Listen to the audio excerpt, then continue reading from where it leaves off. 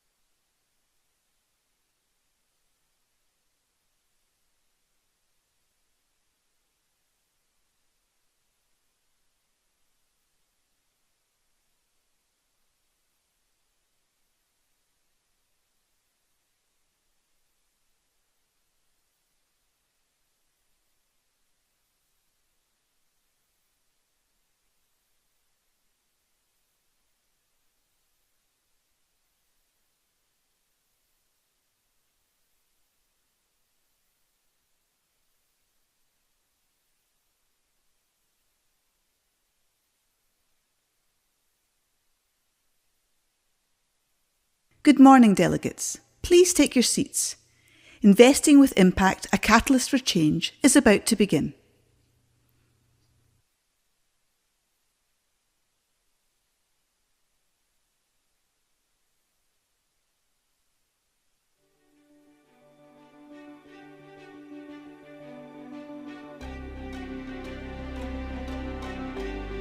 Good morning, delegates.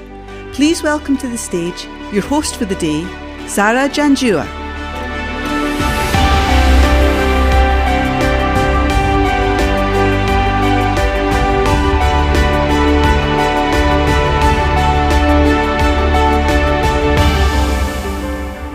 Hello everyone, good morning and welcome. It's so lovely to see you all here today. This is Investing with Impact, a Catalyst for Change.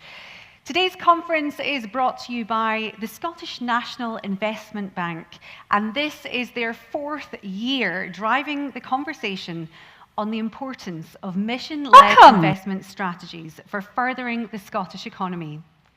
This year's event focuses on the theme of a catalyst for change, bringing together investors and pioneering business leaders from diverse sectors, including the renewable energy sector, technology, and housing, just to name a few. Today, we're going to explore the latest market trends and challenges in mission-driven investing, as well as welcoming all you passionate people who are really invested in achieving measurable social and environmental impact through strategic investments.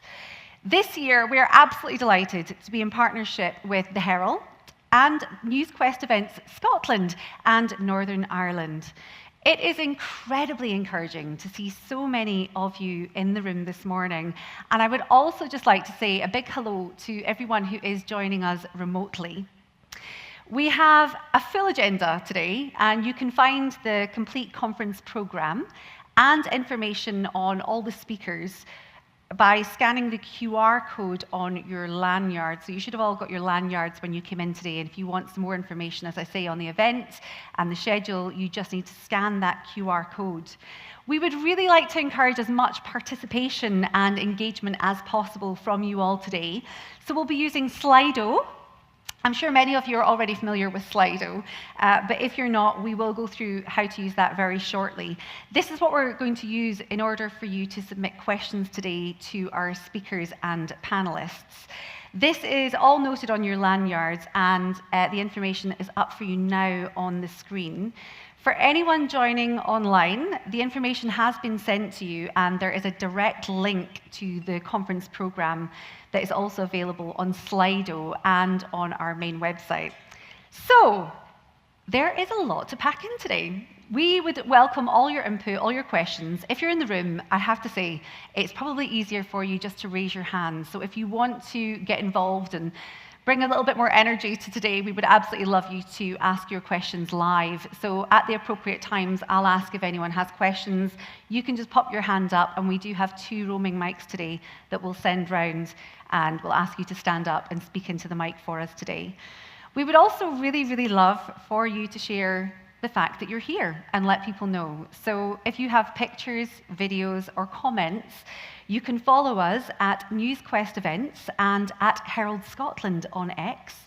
And you can also follow along on LinkedIn on the Event Showcase page and the bank's company page. So all you need to do is to use the hashtag #InvestWithImpact. Now, before we hear directly from the bank today, we would like to pose a little question to you all to help familiarise you and us with the use of the Slido system. So if you could all for now log on to slido.com/4023214. What we'd like to do is try and set the tone at the beginning of the day and measure how that shifts towards the end as we continue to learn. We are going to create a little bit of a word cloud at the beginning of the day and just measure that at the end of the day, do a little bit of a compare and contrast and see how it measures up. So are we all in the Slido platform? One person. Are we all in the Slido platform? Yes. Whips, cheers, nods, waves, anything. Thank you. Amazing. Lovely. Now, here is your question. When you think of impact investing in Scotland, what 3 words come to mind?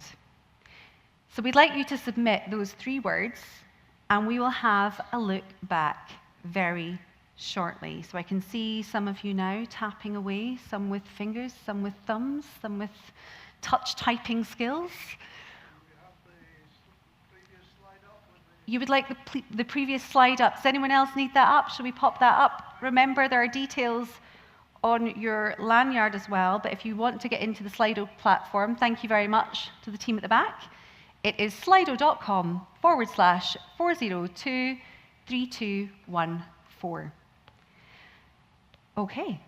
Well, I can see a few of you are still tapping. I'll let you do that, but for now, we would like to formally introduce the day, and to do that and to find out more details about what to expect and the driving factors from the bank, people bringing us here for the day, I would like to welcome to the stage David Ritchie, Chief Strategy Officer at Scottish National Investment Bank.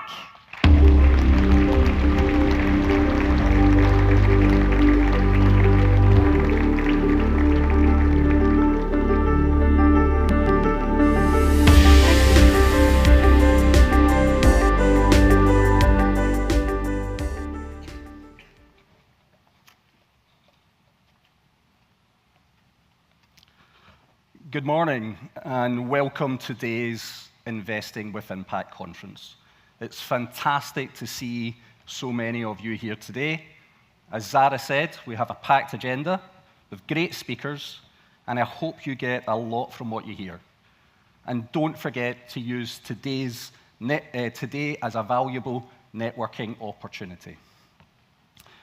Before we dive into the sessions, let's take a moment to reflect on who the bank is, what we stand for, and what we do. The bank's ambition is to be transformative. We want to play a critical role in developing an entrepreneurial economy, one that supports businesses to scale and grow. In order to do this, we work differently. We structure our work around 3 core missions that we believe will shape the Scotland we need. These are net zero, place, and innovation. Every investment the bank makes must deliver against one of these missions. And we encourage our investments to deliver in multiple missions. Remember, we are going for transformation. This mission impact is absolutely critical for the bank. This is a non-negotiable. And our investments have to deliver commercially if we are to attract the levels of capital to support the transformation with net zero, thriving communities, and innovative growth. We recognise that we can't do this alone, given the scale of investment that is needed. So in order to deliver transformative change, we are constantly seeking to partner with private capital and work with other investors who share our vision. In fact, I see some of you in the audience here today. It's only through this partnership and collaboration that we can get those transformative levels of investment that can lead to real change. So let's take our net zero mission first. The energy transition is already underway,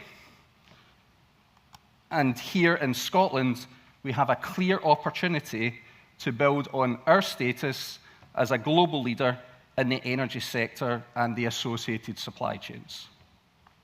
I'm going to tell you about Haventus, one of our investees. They're regenerating Ardussia Port just outside Inverness.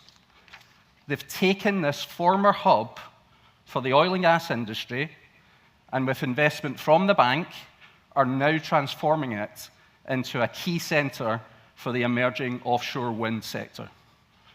Our £50 million investment has enabled another £350 million of additional capital.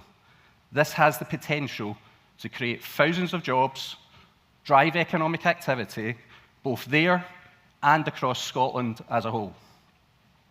Now, turning to our place mission, we've been working with an organisation called Thriving Investments, who have now built hundreds of high-quality, affordable rental homes in central Scotland for the region's critical workers. This means that our NHS and other key workers can live in warm, energy-efficient homes in the communities they want, close to their work, schools, and amenities. Again, it's about building thriving communities. You'll hear more on that from William at Thriving Investments later today. And last, but by no means least, innovation. We at the bank are already investing in robotics, AI, life sciences, just some of the highly innovative sectors that have the potential to build on Scotland's strength and enhance productivity. The 3 examples I've given you are just a taster of the wide range of opportunities we're interested in at the Scottish National Investment Bank. I believe effective impact investing can play a key role in growing our economy, creating high-value jobs and exciting businesses and industries, and we at the bank are actively seeking out these investment opportunities. We want to nurture and support ambition, deliver transformation, and enable growth across the Scottish economy. Now, I'm going to finish with a short film that tells you a little bit more about our missions and our investees. But for now, I hope you understand a little bit more about the role of the bank, that you can align yourself with our missions, and that you're interested in partnering and working with us. Thank you so much for coming along today. Enjoy the programme, be inspired by our speakers, make some great contacts, and do come find me or any of the team if you want to know more. Thank you. In 2020, the Scottish National Investment Bank was launched with the aim of creating a stronger, fairer, more sustainable Scotland. We're a development bank. This means we invest patient capital in the projects which will power long-term growth for Scotland, for generations to come. Our investments are more than transactions. Every pound we lend or invest will help us meet one of the bank's 3 missions. Net zero. We're set on growing a fairer, more sustainable economy through the journey to net zero. Place. We want to transform communities, making them places where everyone thrives. Innovation. We will scale up innovation and technology for a more competitive and productive economy. Since starting up, we've invested around £696 million, supporting a further £1.4 billion. That's over £2 billion into the Scottish economy. We've supported the build of 481 affordable homes and 43 patents. 30% of portfolio businesses have operations in the 20% most deprived areas of Scotland. So I'm Caroline Burrell, and I'm CEO of Elasmogen Limited. Elasmogen is a therapeutic biologics company. There is so much innovation in the team, in the technology, in the company.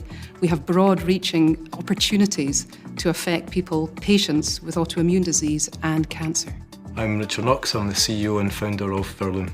What we do is address the challenge of renewables being intermittent, so it's not always sunny, the wind doesn't always blow, there's not always waves.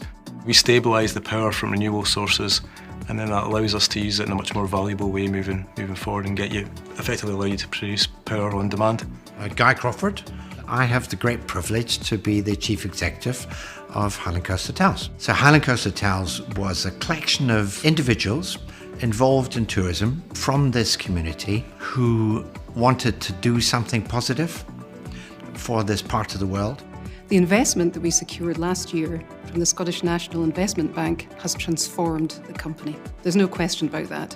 What it's enabled us to do is to bolster the team, bolster the technology, advance the pipeline, and review and increase the board, which is fantastic. I think the broader impact of the investment is that it's not going to allow us to just deliver on the contracts and projects that we have to date. It's going to allow us to scale up for the future. So by having that investment, it's going to allow us to build up our capability, not just locally, but to deliver products all around the world. I think the bank's investments are really critical. They take a longer view of investment. They have patient capital. They're investing across different sectors, different portfolios, and really adding value when it comes to high-skilled jobs. This is building something for the future and not just for today. Our vision for the bank is bold. A perpetual impact investment fund entirely for the purpose of social, environmental and economic transformation on behalf of the people of Scotland. The Scottish National Investment Bank. Powering progress, delivering for Scotland.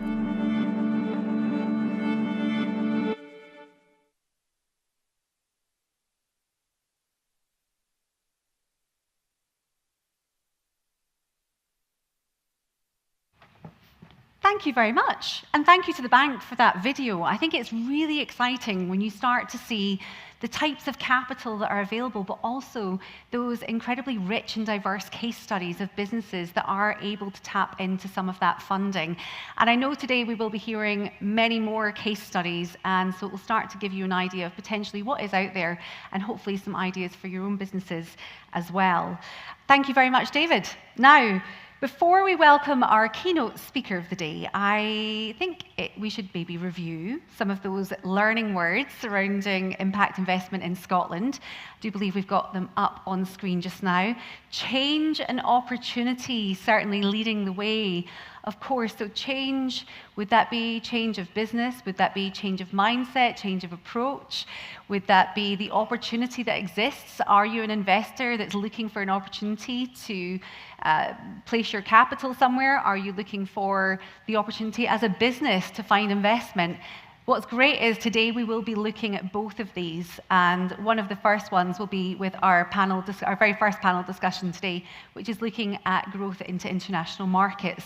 So throughout the day, hopefully you might find the answers to some of these potential questions that you've got, these words that have sprung to mind. There may be something else that we see coming to the fore at the very end of the day. But thank you very much to everyone who got involved in our word cloud.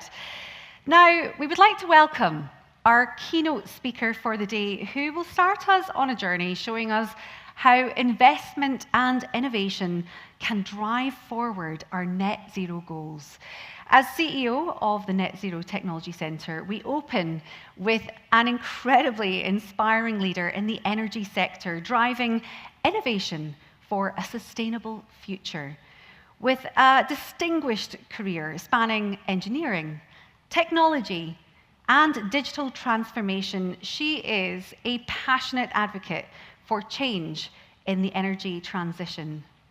Ladies and gentlemen, please welcome to the stage Chief Executive Officer of the Net Zero Technology Centre, Myrtle Dawes.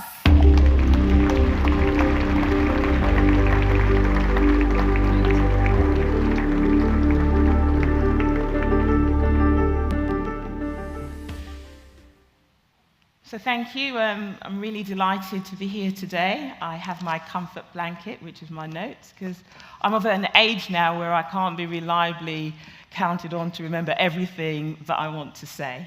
So I think before I start, I'll just give you a little canter about myself. So, I started working in oil and gas actually back in '91. I worked on the Seminole Fields, which was the Forties field for BP.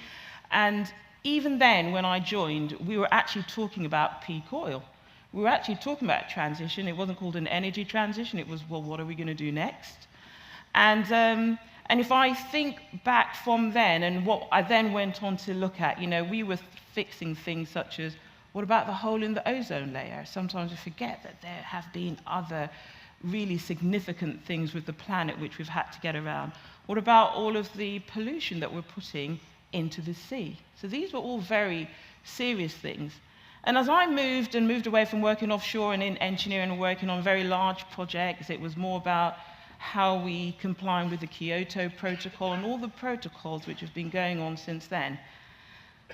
And I think that the issue of net zero has come. It's become a very serious issue in terms of the jeopardy that we find ourselves in. And for me, as someone who also is part of the transition, I transitioned from my jobs, which were in oil and gas, to net zero, initially actually the Oil and Gas Technology Centre. And it was really about how are we going to use technology to drive what we're doing. And I think I'm going to have to give a shout out to the difficulty of the task in front of us, because apart from getting the investment, we actually have to do the investment, and we actually have to execute the project, and we then have to operate safely for 50 to 70 years that equipment which we've put in. And that's an extraordinary amount of skills and working together that we actually already have here in the UK. Not every country has that. And so when I think about some of the amazing things that have been done, and we look at potentially building out offshore wind, the North Sea is one of the most harsh basins in the world to actually work in. It does require a lot of technology, it requires a lot of competence, and I'm talking about operational competence, the risk management, the ability to work with others to deliver.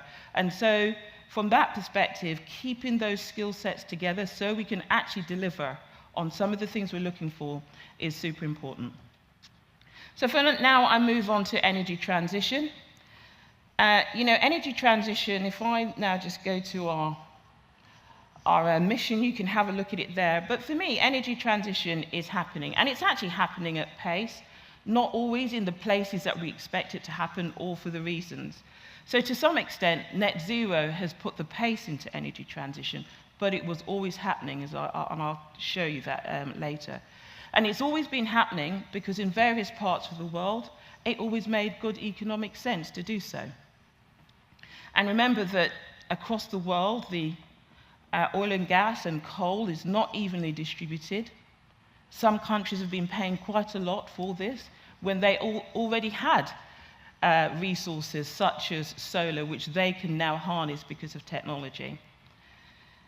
And the other thing about energy transition, which is becoming more and more important, and that's very key, is that people want that to be a bit more local. They want their communities to benefit from it. They don't want everything imported to them. And so to some extent, they are looking at what their local resources are and what kind of technology can be used to harness this. And I'm going to show you an example of this later. I think the other thing about energy transition, and certainly when I first started looking at it, I thought, well, is this just a fuel switch? Are we switching from the equivalent of town gas to natural gas, as we did in the 70s? And actually, no, we're not. It doesn't look like that at all. And that has been one of the reasons which has made it difficult, because there aren't just a few players that we need to work with. We're now looking at something far more integrated, complex, and diverse. And perhaps the last thing I'll probably say around energy transition is that it's very important for us to be looking really at energy. So sometimes we use it synonymously with electricity. They are different things. So, for energy transition, we are looking at cleaning up how we produce electricity. But equally, we're looking at heating and cooling and we're looking at transportation. And to some extent, the electricity that we generate, if we can get to the right price point, whether by scale, technology, will actually drive using electricity for heating and cooling, and indeed for transportation. It's never going to do it all, because we've got hard to decarbonize industries, we've got processes which are going to be more efficient using molecules rather than electrons, but nonetheless, if you look at the stats, if you can get the electricity cheap, you can move to 50% of your country's energy from electricity rather than around 30%. So look, we've all lent into this. The government has said, here are the targets. The targets are hard. Sometimes we're looking at them. Are they achievable? So what are we looking at? We are looking at heat pumps. And in particular, we're looking at networked heat pumps. So there's technology in there. But the ability to harness our geothermal energy, which is everywhere, is going to be super important. And we really need to lean into that, because that can be done everywhere as opposed to in localized places. We're looking at clean energy by 2030. And that at the moment, if you look in the UK, is around the existing projects which are actually in the portfolio. The journey from 2030 to 2050 will be far more difficult. So the 2030, even if it feels ambitious to us and feels unlikely, is still the easier task than the 2030 to 2050. And we're looking at the phase-out of petrol and diesel cars. And we've seen some of these over the past few years. If you can have a target when it was around boilers in the house, and if we're not ready with the infrastructure, then these targets move. And we're also looking at what we can do in terms of carbon capture. And given all of the exports and the use of fossil fuels that we have had, we've now ended up with 70 years of storage for CO2, which we can both use to store our own CO2, and actually we can be looking at this as an opportunity from Europe. And with Scotland, we've said we're going to do it a bit quicker. So we've said 2045. And if you look at the small print in what Scotland have said, it says it's 50% of its energy, not just power, but it's energy. And of course, this is, as I said, possible. As long as you get the price point right, you can use it for what you're doing in terms of heating and transportation, hence all the rollout of EV and the infrastructure, etc. If that price point doesn't make sense, and that's where it won't make economic sense and we'll struggle with the investment. So look, I'm an optimistic person, by the way, and optimism means that I'm always looking to say, have we done enough? So perhaps not at the pace that I expected, but actually a lot has happened. And I don't think this is a linear process. So, if we look at what's been done in the last decade globally, or no, I think this is for the UK, we're talking about 100 billion that's been invested. And this is quite a good sum. We're looking at investment at the time that we're still talking about, have we got the planning, have we got the processes, etc. So still, there has been capacity to invest in the system. And if we look at what we're going to be looking at things like offshore wind, 20 billion. And where I'm working at the moment at Net Zero Technology Centre, we're looking at how can we work alongside some of the other innovation agencies, such as the Offshore Renewable Energies Catapult, about how we can take the technology that was developed in oil and gas for floating systems and move that, not quite seamlessly, but move that into floating wind. And I will say this floating technology is quite amazing. When I first started working, everything was really fixed. We then started going to subsea completions, and then we started to do floating facilities. And I was interested to see the investment that's going into Ardezia. That was one of the projects when I was working, when we were building what was called a floating production storage and offloading facility. It was a mega project at the time, and we did go around to the UK yards, including Ardezia. We went to Harland and Wolff, we went to Starno in Spain, and we went to the Japanese yards, and we went to the Korean yards, and we ended up at the Korean yards. And we ended up at the Korean yards, because when we went there, they were fully teched out. They could actually drive cost reduction of the order of 50 million into the project. And so it made economic sense. But unfortunately, this is how we lost that strong supply chain, because actually we did actually build out here in the UK quite a lot of FPSOs, but none of them actually, I think apart from Shillong, was done here. And then look, we have made progress in terms of carbon reduction, and we've made progress in what has been called green jobs. I think there'll be jobs in the future going forward. But what I'll say for NZTC is we've been part of that ecosystem. So we are a player in that alongside a lot of other people. And some of the key things that we've got, so we were given 180 million by the UK and Scottish government. We've managed to attract and leverage another 220 million from industry. And we've used that to invest in technology and into startups. And I saw, again, Volume up there. Volume is one of the companies we worked with early on. And in fact, we matched Volume with a company called Motion, who does wave devices to form an integrated solution for harnessing waves. And even though things like waves are energy is behind things like wind, etc., you know, we are an island. There's a lot of them, and it's got a lot of energy in it. And I can assure you, when I look at some of the technologies that come through the technology centre, the innovators are breaking into how we're going to harness this properly, and it's all on the horizon.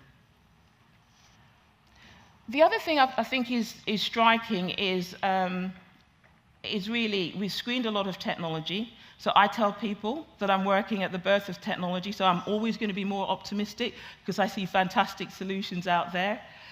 The key for us is how we take people with ideas and match them with the people with the problem and have the solutions in the middle. So it's not unusual for people to come to us with ideas when the use case hasn't actually been defined. And we say, actually, I know someone with a problem like that. We could use that in a different way and actually solve that. And to some extent, we also work with industry, say, what are the problems that you have? Are you open to having that solved in a different way? View the problem slightly differently. And so that's one of the key roles that we play in terms of bringing together academia, industry, and government in terms of that funding to actually get some great solutions. We've helped 117 startups. You know, we moved to a clean energy startup about 3 years ago. But if you look at the commercial, we've commercialized 59 technologies from both the startups and those who are a part of the technology support, which was called the solution centers. So in terms of, are we working with solutions which industry are interested? Yes, because we only work on solutions which industry will participate in. So they have to be at the table. And the other thing that we say is we prefer to work with solutions which industry will trial, because the trialing and deployment and risk reduction and proving in the field that technology works is the way that you get it onto a project. You can't do it another way. I used to work on projects, and it was very clear, do not be first of a kind on my project. It's too important. Someone else will have to do it. The only way for us to do this is to trial. But that isn't to say that we never did engage in what I'd call innovation. But just as an example of the difficulty of doing some of these things, if we had a new hull, for example, that we were trying to do, we would tank test that for 2 years. That's how patient it is when the projects are so big.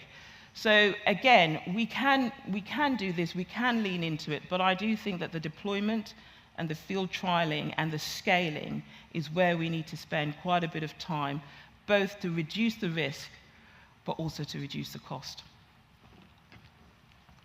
So, here we are. We're in a net zero world powered by technology for innovation. I deliberately start with an oil and gas facility because we're here in Scotland. This is where we're starting. To some extent, this is where our transition is starting from. So, you know, when we think about net zeros, one of the things is, for us, it is about net and zero. We're somewhat of a brown to green organization, so we do work with those who have a high carbon footprint to see how we can reduce it. That's the only way to actually get the emissions down. We are also working on the other side with what's going to replace that. How do we drive some of that technology? But the importance of brown to green is can't be understated, because this area also needs quite a bit of investment. So how do we do that at Net Zero Technology Centre? So we've talked about the trials. The trials are very important to us. It's important to the developers. It's important to the end users. We also work on technology acceleration. So this is where we get small startups together. Sometimes we've actually created the startup ourselves. We've asked someone like Deep Science Ventures to go out. Here's the challenge. Please go out and get us a proper founder and a CTO to get after that. And one of the most amazing ones that we had is that we had a direct air capture challenge a few years back, and Mission Zero is one of the companies that came out of that. And actually, they've gone on to win X prizes, etc. So that's been quite amazing. And then we're looking at rapid infrastructure development, and this is more about, well, if I've got infrastructure, if I've got technology, what infrastructure is it going in? And so we've been working with a coalition around how we, for example, use excess wind from, say, floating wind, and take that hydrogen to our industrial heartland, say, for example, in Germany. And then, of course, we do strategic thought leadership, which is, can we do some horizon scanning to see what's over the horizon? So I think here, I just wanted to say, why is it going to happen? So this is Norway. This is hydropower. They've been doing hydropower for a long time. And of course, as you know, they're hydrocarbon resource rich. They did this because it made sense. And of course, I suppose it's easier to sell the gas rather than the water. But this is quite important. But I could go through other, you know, if I look at Uruguay, they're at 90% clean electricity using wind and hydro. And last year, they went 10 months with a clean grid. And then if I look at the North Sea, probably the best place in the world to do the floating. And between the UK and Denmark, we've committed to 2030 for that, and the Netherlands 2035. With the right investment and focus, we could capture that market. And then if I look at somewhere like China, they actually do have quite a lot of technology. They're producing twice the amount than the rest of the world put together. Their storage technology is actually quite advanced, and if you look at the Chilean project that's going on, a 14.5 gigawatt hour battery, that battery will do the peak power for the entire country. So the technology is moving on very quickly. And then here's Namibia. And here in Namibia, what we have is they came to us as a delegation. About 50% of the Namibians have access to electricity, the rest have nothing. So the question was, how can we change this? How can we move from the very large solar panels to something very small with a battery, so that they could desalinate water locally, so that they can have clean cooking, and so that they can actually have light in the evening so that their children can work. So everyone's problem is different, but they've got lots of sun, so that's what they do. So as we go forward for NZTC, we've got these areas, renewables, which you would expect, low carbon hydrogen and alternative fuels being a very good transition fuel if we can do it. Industrial decarbonisation and carbon capture. But underpinning all of this is also digital. It's the automation, it's the autonomous systems, it's the robotics, it's the data, it's the AI. And that wrapper that we'll put will give us the innovation. It will give us more energy security, and to some extent, it'll give us security if we do it locally enough. So I just wanted to go through a few of the examples. So we've got Pulsate here. I remember when they came to TechX, two technicians from offshore, great ideas.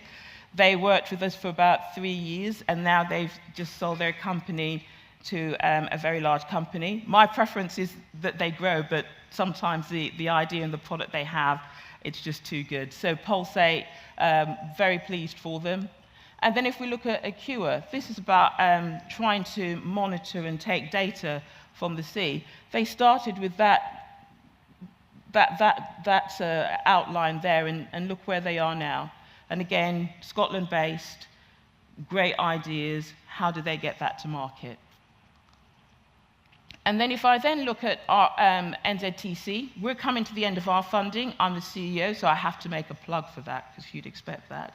So we are going to be, we've gone to the government to ask for continued funding. And our funding is to deliver that. So it's about new jobs. It's about the startups that we can create. It's about commercializing new technology and really working with industry to unlock even more funding. And it's not just industry funding. We are looking for investor funding as well. And I'll take the last one, which is Myriad Wind.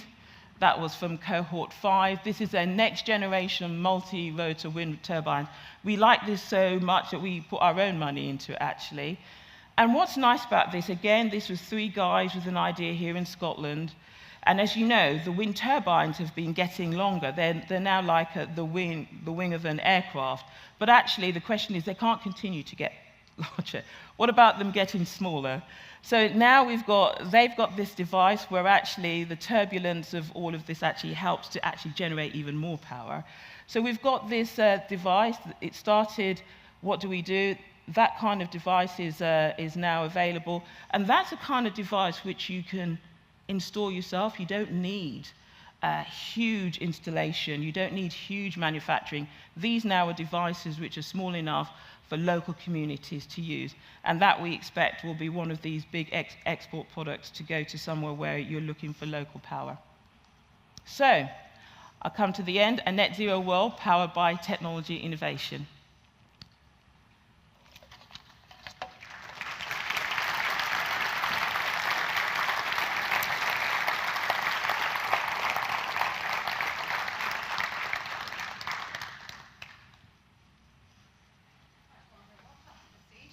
Goodness, thank you very much. Here we go. That was fantastic. Thank you very much. Can we get another round of applause for Myrtle, please? Thank you.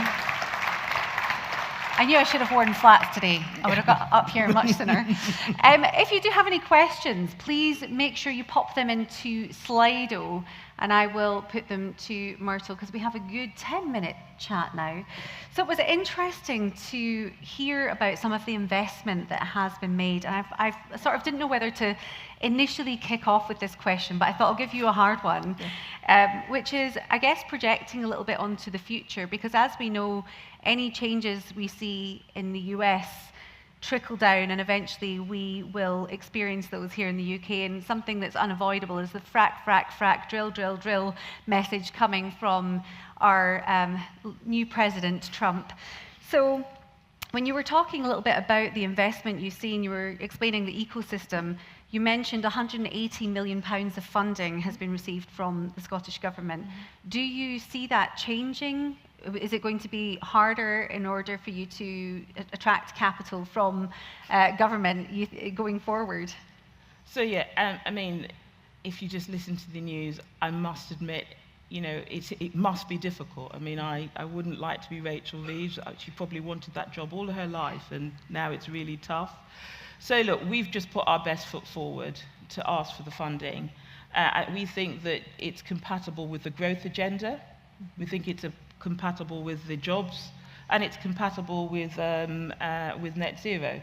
So we've put together the business case, put a lot of effort into that, and what our job really is to try to sell that. But we're also making sure that we're working with some of the other areas where funding's available, such as with GB Energy. So we're working, we're waiting to work with them. They're in their startup phase, and we'll be seeing them shortly to talk about what we can do to support that emerging technology agenda. Thank you. And I realise I do not want to monopolise my time with you on stage as much as I would actually really like to. So if anyone does have a question, pop your hand up. We have 2 roaming mics, so we can actually get the mic to you if anyone has a question. There's one just at the back. Hi there, Little. It's Jacqueline Redden from the Scottish National Investment Bank. My question relates to, recently a lot of the IOCs, the oil and gas companies, have rolled back on the renewable targets, which of course is a pity. But on the synthetic fuels and the low carbon fuels, are they still interested? And what opportunity lies there for Scotland? Okay, thank you. So because I won't comment on any rollback, but I will comment on alternative fuels. So look, we've been working with Siemens on alternative fuels for the past couple of years, actually also part funded by ScotGov. I have to give them credit. And part of that has been, how can we get these fuels tested on what we call old technology? So we're looking at RB211s and Avons, which have been around for 25 years, but are not at the end of their useful life, so that we can make the transition with these fuels. So I see the opportunity for this as quite big.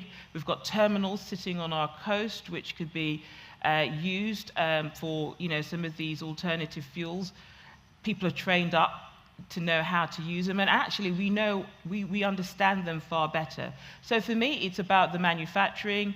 If I was starting over again, I think I would become an entrepreneur and build a factory or a plant with alternative fuels. And I know that obviously there is a project that's been supported recently looking at exactly that for one of the sites in the northeast. Thank you very much for your question. Thank you. We've had a couple of questions come in on Slido, and one from Anonymous asks, what is the one barrier you'd like to remove in terms of Scotland's progress to net zero? The one barrier? The one barrier. Plenty. You just have to choose one. Look, I am only going to choose one. There are many barriers, but I work in the technology arena. So really, I'm really sincere when I talk about this collaboration and how important it is. Because when we did this industrialization before, there were just a few companies and they could do what they needed to do internally. Now we've got an array of companies. So for me, it's about this collaboration to test and scale the technology. And in particular, that means we really need to lean into what we're going to do on floating wind. If we're going to do it, we need to do it, irrespective of what's happening in the US.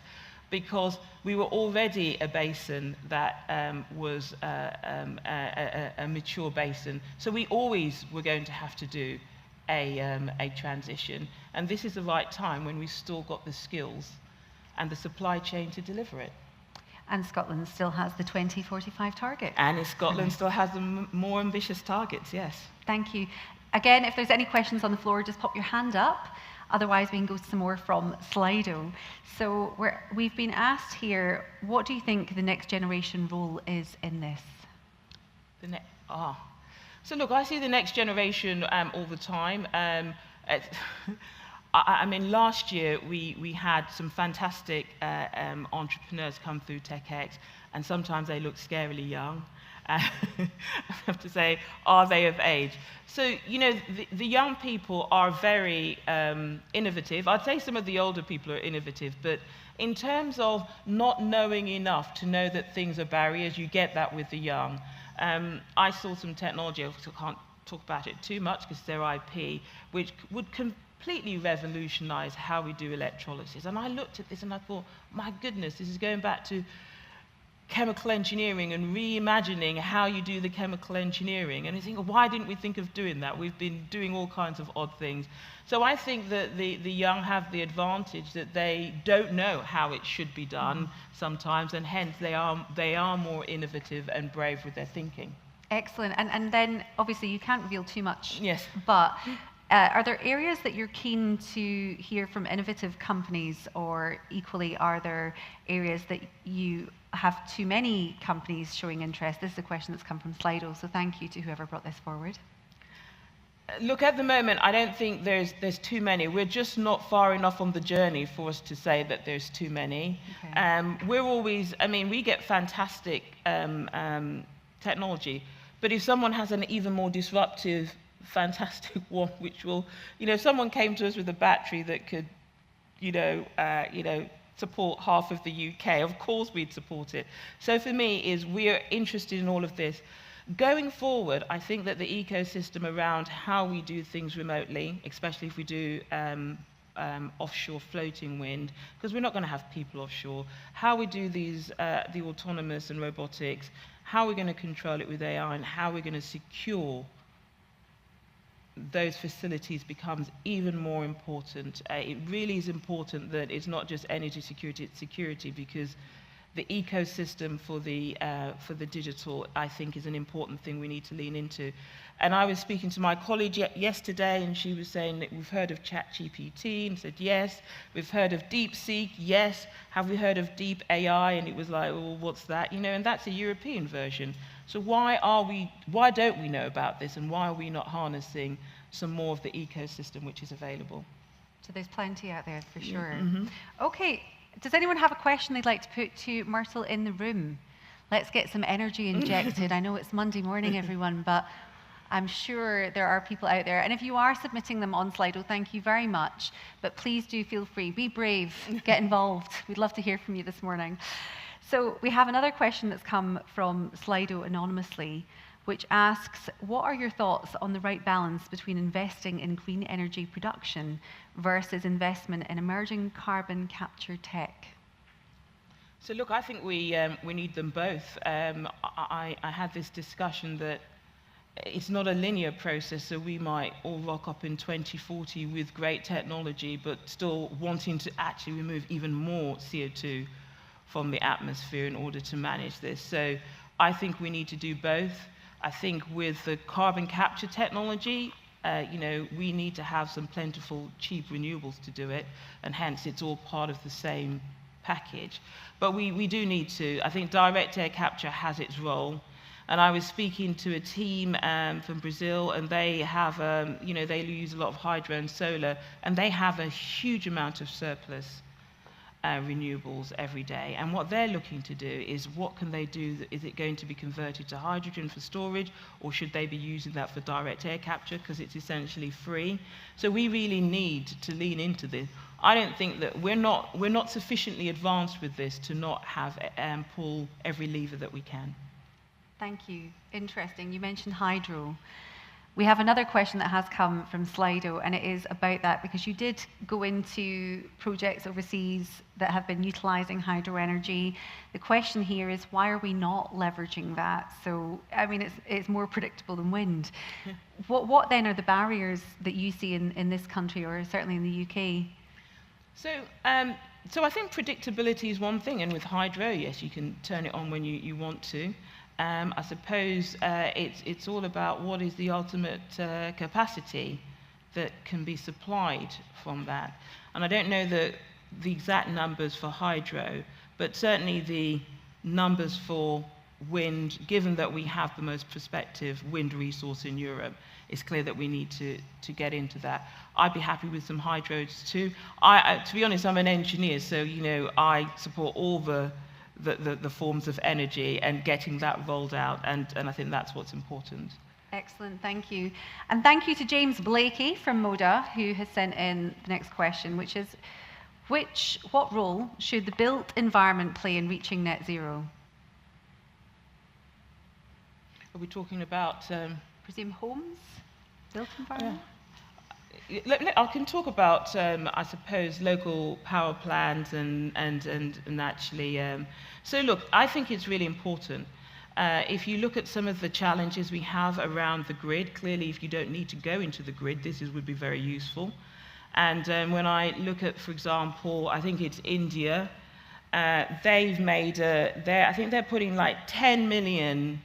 they're going to use rooftop solar on 10 million homes, so they've just made it an ambitious project.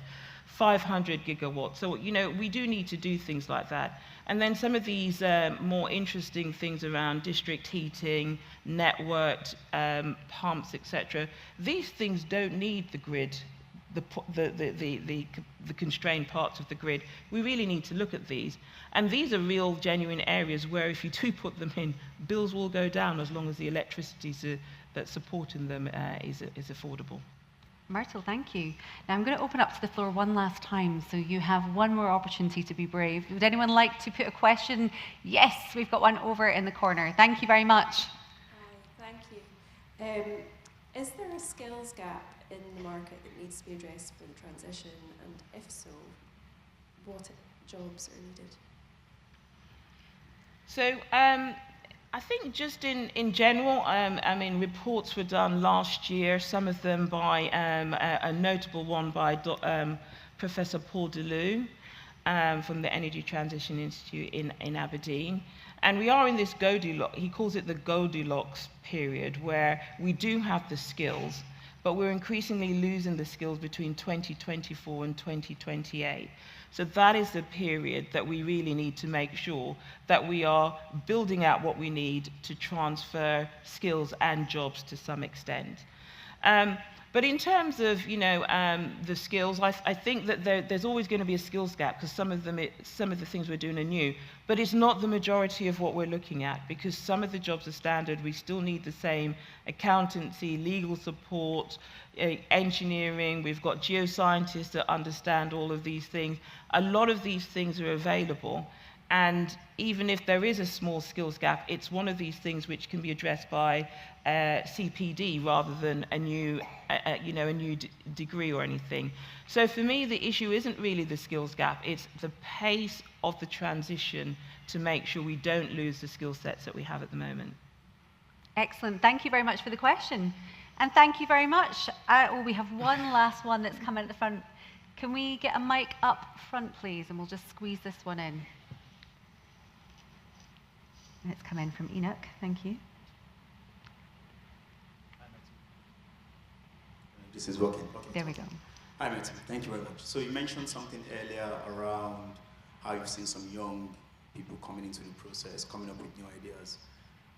Has that happened by happenstance, or is there an intentional effort to get more ideas and more input from sort of the younger generation?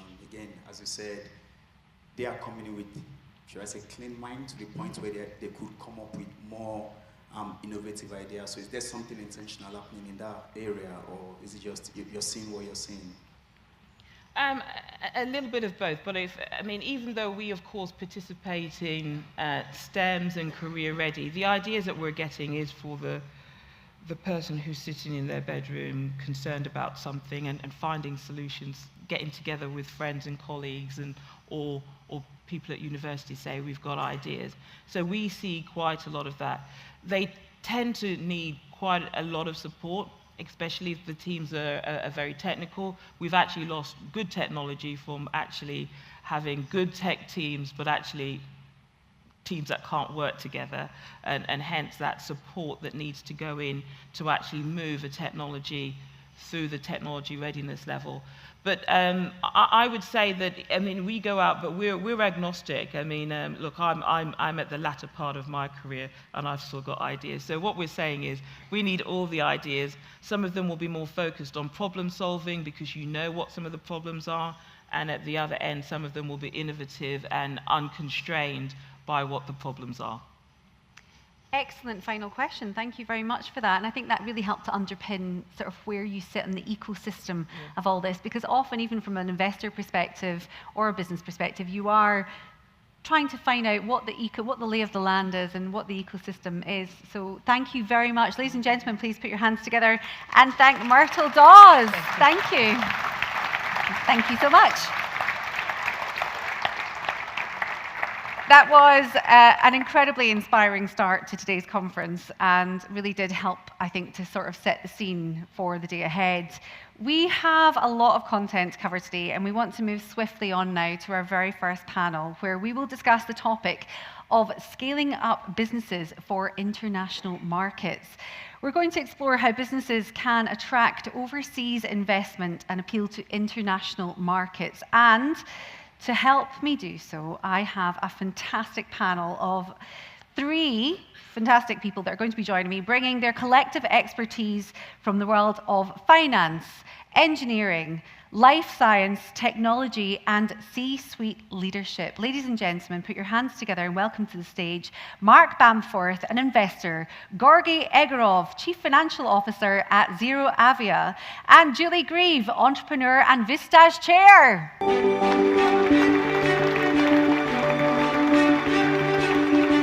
Whatever you like. Lovely to see you, Mark.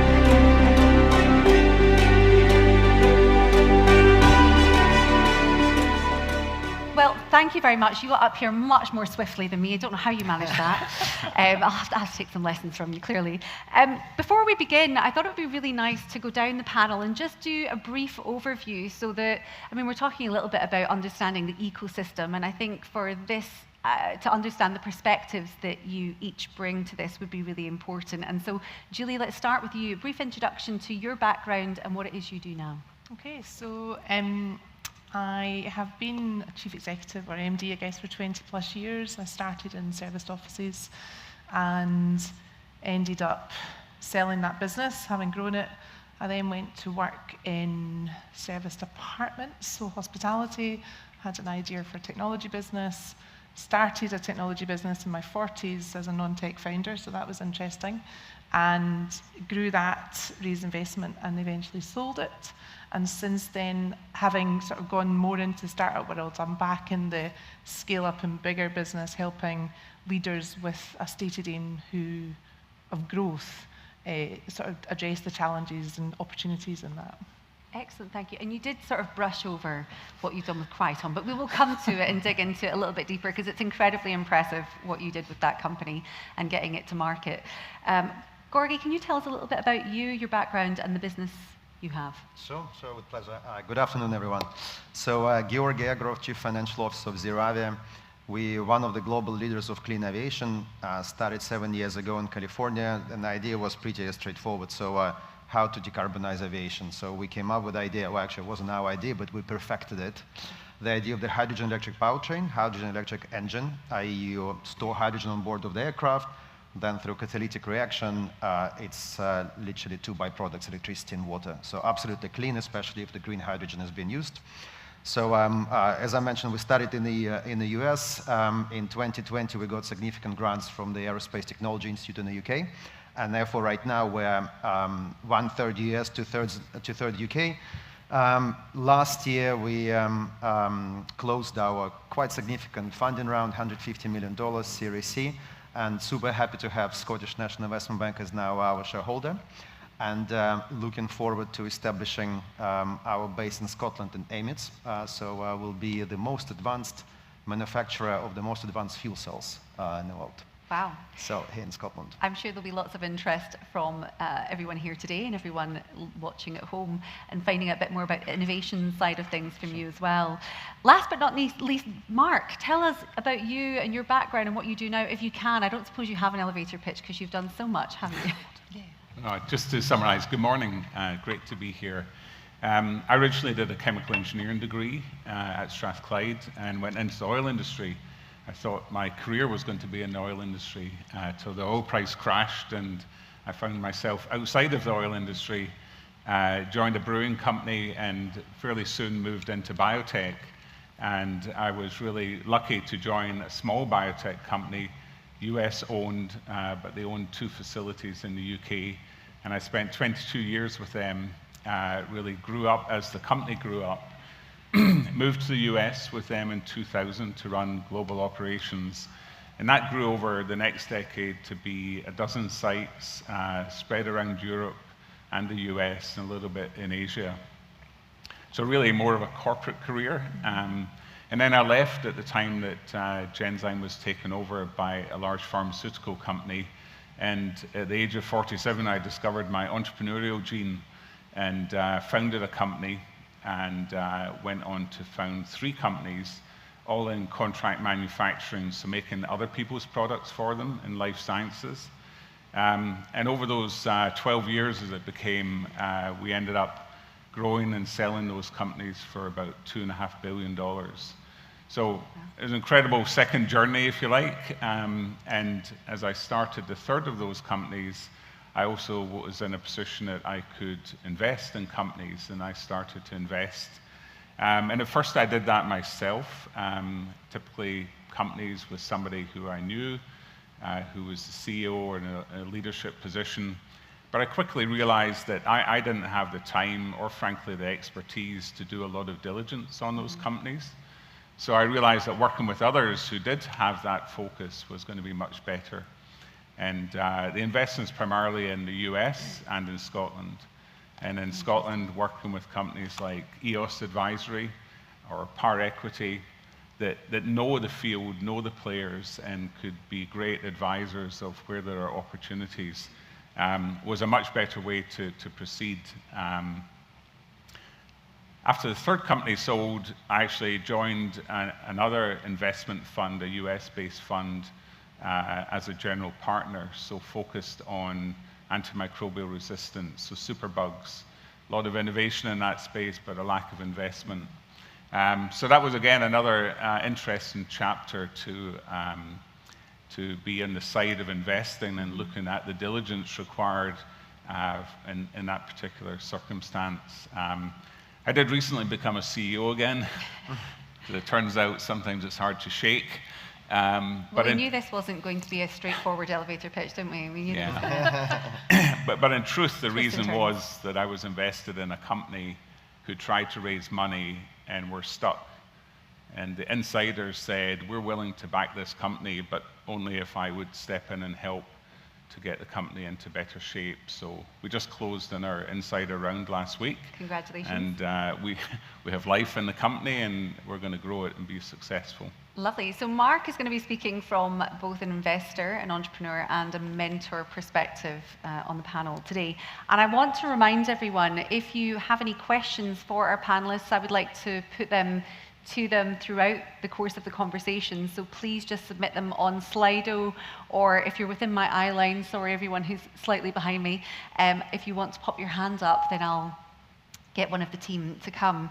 But I wanted to initially start with you, Mark, because you're the founder and chair of Therm Bio, and an investor in life sciences and entrepreneurs, and lots of disruptive companies, let's be honest, both in the UK, as you mentioned, in Scotland, and across in the US. So what then is your view of the way the investment process is slightly different when looking at international markets? Well, I would say the first thing is that there's a lot that's the same. So investors are looking for teams that have the expertise or know where they don't have the expertise and have figured out ways to plug that gap. Then they look for the technology. Does the company have something that they've protected? They have IP? Do they have proof of concept? Have they really shown that this works? Or is it still really a hypothesis that has to be tested? And then really going beyond that, what is the market opportunity? And certainly in life sciences, almost always that means looking internationally if you're talking to a Scottish company, because a local market is unlikely to support the level of investment needed.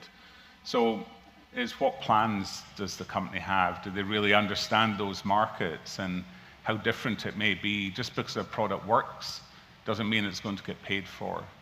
So is there an understanding of what's it going to take to get into those different markets and get support? And that's the sort of why now question. Why is it important now? These are the questions that, as a business owner, you're expecting them to be able to answer. It's a bit of a dragon's den scenario. Right. And so when it comes to the market at the moment, Mark, where is it a buoyant sector? Are you seeing a lot of investment internationally in especially Scottish ideas and Scottish businesses? Well, again, most of what I do is life sciences, and the last couple of years have been very tough in life sciences. In the COVID years, in 2020, 21, people saw the incredible impact of life sciences. There was a lot of money being put into all sorts of companies, and frankly, sometimes companies get funded that maybe weren't ready for that funding. And then the effect of that sugar high is now there's a down, and the last couple of years have been very hard, even for good companies with good management teams. And so that means that some companies can't proceed, or they have to go into some kind of slow state, trying to figure out a way of breaking that cycle and getting the funding in. We've had a question come in anonymously, which asks, how does a biotech company founded and anchored in Scotland successfully exploit a market the size of the US, sometimes with limited resources? Yeah, I think if it's the US, and many companies target the US because it's a large market, it's figuring out how do you get that product and the information it is in front of the FDA, get their advice, the regulators, get their advice as to what's going to be needed. Almost certainly there's some kind of clinical trial that's going to be needed in the US, but often that's expensive, so it's probably not the first step, right? And maybe the second or third step. So having a mindset and then building up the knowledge of what it's going to take, and then finding investors.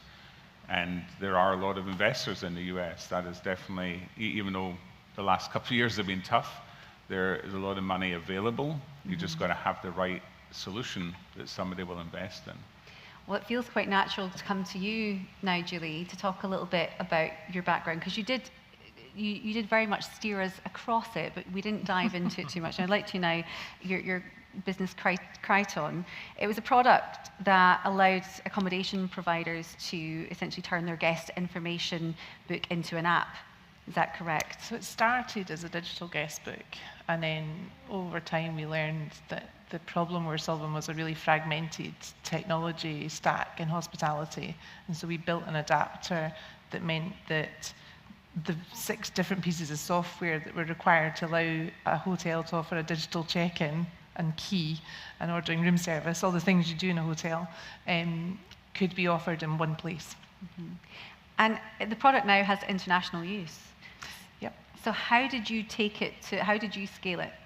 Well, I mean, I was really thinking about this.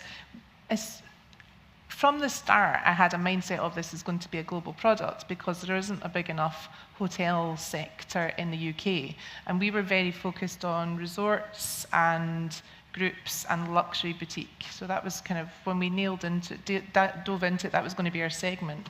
And so the States was an obvious place. Although 70% of the States hotels are chains and we weren't selling to them, even the 30% was big enough.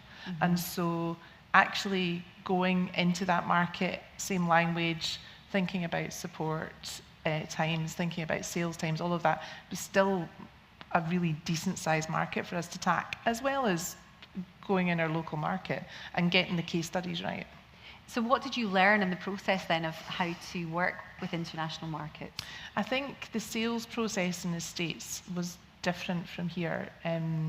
So I think generally as a buyer in the States, and I'm talking about hospitality here, hospitality generally is very relationship based. They're looking for people to work with them. But in the States, they wanted to go much quicker. And they were advanced in terms of understanding the integrations that were required. They tend to use bigger software out there. So if they're going to deal with a startup, they want to know you've got the integrations in place. So yeah, that was, for me, it was just actually being able to deal with them. And they did very much want to deal with me as the founder. And I mean, it was Nonius, the company, Nonius. Nonius acquired it. They and took them international, took your company internationally. But did it sort of impact the way that you were? I mean, you mentioned from the start you knew this was a business that would have to have international appeal. Yep. So ultimately it affected your business plan. It was right from the very beginning. Did you have to change things a lot when you were exiting the business? No, really not. I mean, Nonius acquired us for UK presence, primarily customers in the UK. They were struggling to get into the UK and our technology, and they basically were able to lift pieces of our system into their system. But I think when you're growing a SaaS platform, you probably are thinking global from the start, which means, you know, if you're looking at where your market is, you're not constrained really in any way by delivery of the product. You're just constrained by, can you sell it can you support it? Thank you. And Gorgie, I have to say, I mean, obviously you're now with Zero Avia, but you were the CFO of Excentia, which is a Scottish startup that raised more than $1 billion and went public in 2021. So what do you see the difference now in comparison to then in terms of raising capital? Sure, no, that's a great question. So first of all, I think the timing was very interesting. So I think, to Mark's point, we live in a different world right now. So pre-2022 and now, so when the interest rates went up. So long gone are the days when ultimately investors will come to you and say, okay, let's come up with a DCF valuation and talk about which discount we're going to apply and so forth. Yeah, because ultimately there was so much of free money, and I guess also there were a lot of mistakes being made back then. So looking back, I'm thinking there were plenty of companies which actually shouldn't have existed, but they still found investors and were founded. So I think right now, the situation is totally different. So now investors go to you. So I think the whole valuation debate been so far away, and it's so much on the back. And now the questions which we get is, when is your revenue? Mm-hmm. When is your cash flow profitability? And ultimately, when you become profitable, so what's your cash burn, which is totally different. So back to Excentia. So for those who don't know, I think it's, thank you, Zara, I think it's one of the most successful Scottish startups. It's the spin-off from University of Dundee, so hence my first connection to Scotland. It was extremely interesting. So it's the AI machine learning drug discovery startup, which I guess became one of the best in the world, and subsequently not only went public on NASDAQ, but also was acquired by another competitor called Recursion last year. And ultimately, when we finalized our Series B, we thought, okay, so we're getting into the big guys territory, we need to go to the US. So we went to the US, and then what we realized is the US market is so huge, and there's so many different companies present over there. In order to convince an American investor to look at you, you have to be much better than what's available in the American market. So the question which a startup in our case would ask, or anywhere here, so let's say Scottish or British startup who wants to go to US, would be how to convince an investor that you are better, what's so special about you than what you have in the US, and how to convince them to do due diligence over 5 or 8 hour time zone difference, or to go to the site visits in Scotland, let's say in the UK. So we had to be more agile. So ultimately, I think from profitability metrics, so we were by far much more efficient than what was in the US. Number one, we really had to be innovative about our business model. So at the end of the day, so lots of startups, so it's obviously biotech with drug discovery, we're just focusing on one particular part, either on chemistry or biology. We had to be much broader. So overall, just the simple answer is, you have to be better. You have to be better. And one thing obviously that is emerging that we can't really avoid here is the innovation side. You know, Mark, you did mention innovation. Do they have IP, something that's really important to you? Are they doing something different? Obviously, the sector in which you work, Gorgie, is very much innovation based. And Julie, you created a whole new product, which leads me to ask the question, and I'll put this quite broadly across the panel, is being an innovative business, doing something completely new, the only way to scale? Mark? I don't think it's the only way to scale, but it's a core tenet of a lot of scaling. I mean, there are other ways to scale. If you can be first in something, then you have a lead. But certainly in life sciences, because it's such a long time frame to develop a product, having the innovation to start with and the IP and then the proof points is critical. And I agree with what Gorgie just said. It's the question is the timing of when do you go to the US, as most companies will do, because that's the biggest market. The timing's important. Julie, you're nodding. I mean, I think business is about not just the product, it's about the service that you provide. So there's an argument that you can follow successfully in scale because you learn from what they've done before you if you're providing better service. But I think innovation, I think there's loads of great ideas out there. And I used to think that because I'm non-technical, the hardest part was building the technology. But actually, of course, you realize the hardest part is maintaining your customer base and growing it, being able to sell the benefits of it, getting people to adopt your product. So innovation across the whole business is important, not just in the product itself. Thank you. Gorgie, would you like to reflect? Yeah. Can I be a little bit controversial? Yeah, please. Maybe we're saying exactly the same things, but I'm thinking maybe it's my finance guy coming out of the conservative. Your head can be in the sky, but your foot has to be on the ground. And ultimately, you look, for example, at clean aviation, there were so many startups with amazing ideas, very innovative. Yeah, so all this eVTOL, don't know how many of you are familiar. So battery electric, kind of helicopter type, so vertical takeoff landing aircraft, and then came up with this ideas raised billions, literally billions of dollars, and 3 of them went bust because ultimately there was no product. There was plenty of innovation, to your point, about the product, but they were just solving the niche, 25 kilometer to 15 miles flight from from center of London to Heathrow. Why? Yeah, there's a tube line over there. Yeah, no, literally, and the same about Scotland. So innovative, definitely, yeah, but as a product, nothing. So I think it has to be coordination. So for example, for us, as I said, we didn't invent hydrogen electric powertrain. We just perfected it to the level that it can be used in aviation. And by the way, what's the new environment made us look, kind of inside ourselves, said, okay, if we are to get to the revenue stage earlier, what do we do? Yeah. So ultimately from that, we thought, okay, so let's obviously continue working on the bigger engine, but maybe we can monetize our IP in a slightly different manner, and now became much more than just hydrogen electric company, but now supplying spare parts to battery electric, helicopters, drones, and so forth. And then definitely the market conditions made us look into it and came up with a product. And it was the profitability that led that. Definitely. Interesting. So we've had a question come in. Thank you to those of you who are submitting them on Slido. Please continue to do so. If there is anyone in the room that has a question, feel free to pop your hand up and we can send a mic round.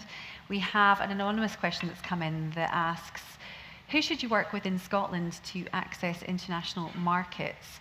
Are there other exciting markets out with the US, or does it depend on the products and service? So we're going to take the first part of this question, and I think come to you, Julie, initially to ask, based on your experience, how did you begin to sell? And we're getting into the nitty-gritty now. How did you do it, essentially? So in terms of when I was looking at raising money, I worked with Barclays, Eagle Labs, and they were doing chips out to the US to introduce you to US investors.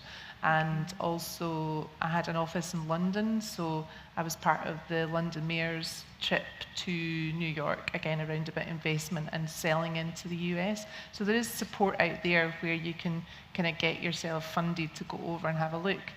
Even now, Codebase are running trips overseas to different places to do that, and I think that's a good first way to go and have a look and make sure you're right. But your data's got to be bang up to date in terms of making sure that it is the right market for you. So you might say, oh, there's loads of hotels in the world, but as I had a specific segment, you want to make sure that that segment is where you're going to go. That you can qualify it. Yeah, but for sales, I mean, selling into hospitality is very much personal. So referrals, case studies are important, referrals, and then trade shows, because hoteliers are busy, and so they come out to the trade shows to look, and that's your opportunity. So we did a lot of trade shows across the world, and we ended up with customers all over the world, actually. Mm-hmm.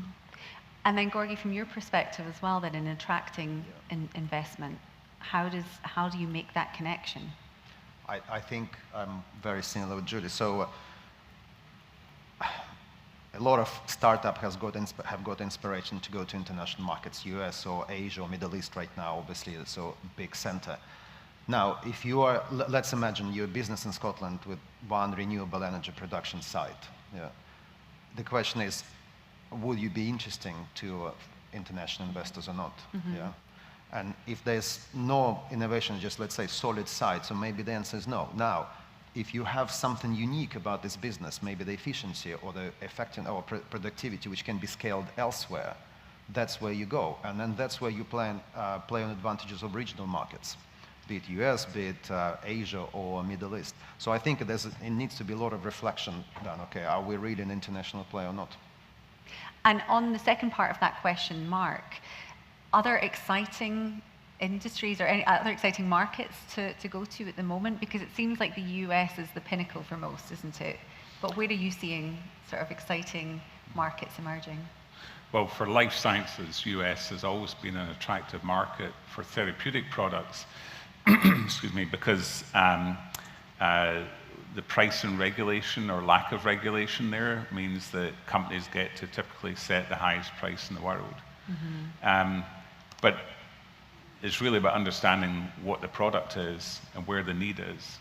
And so some products, for example, may be targeting a disease state that's more prevalent in Asia, in which case you should be focused in Asia. And Japan has been a great market for products, very exacting market, requiring trials done in Japan.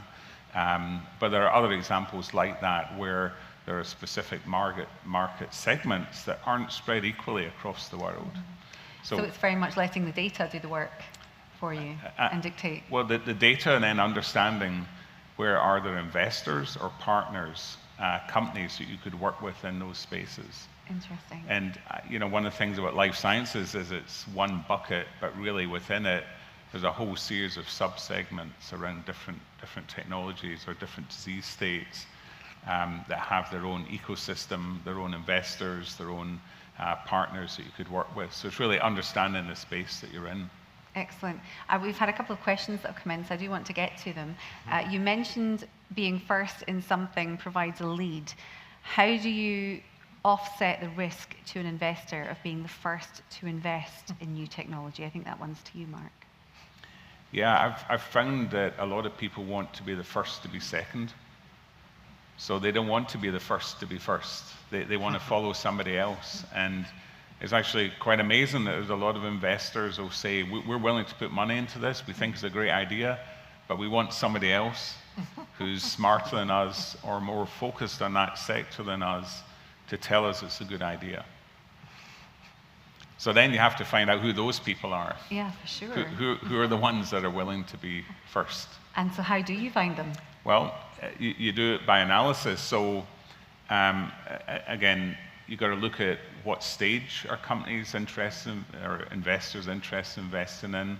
Some are interested in very innovative early stage.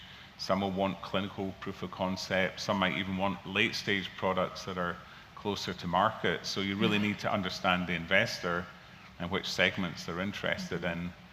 Sometimes I see like a small company saying, I've got a meeting with a giant investor like Nova Holdings, and feeling like they hit the jackpot. And I say to them, they're highly unlikely to invest in you because you're so small. The effort for them to analyze your situation and make an investment, they're being polite to you, because a lot of investors don't like to say no, just like to say not now.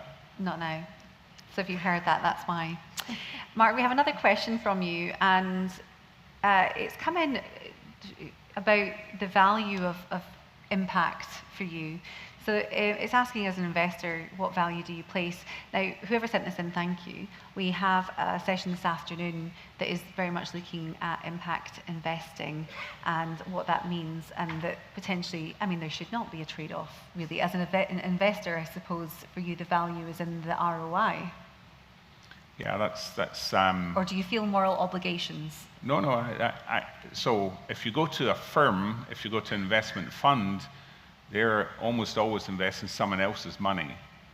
So they may have as part of their mission an impact, but in the back of their minds, they're investing somebody else's money, and so that's a big driver for them. When it's more personal, that's a criteria. You don't want to lose money, but you're actually interested in the impact that might be made. And if there are other people who can fund it, then let them go ahead and fund it. But if it's something that needs support and is going to make a difference, then that's something worth looking at. Interesting. And thank you again for that. As I say, we will be digging a little bit deeper into that this afternoon. But great to have your perspective to kick things off for us on that topic. Another question that's come in asks, do we not need to have a heavy switch of focus in Scotland from supporting startups to scale-ups?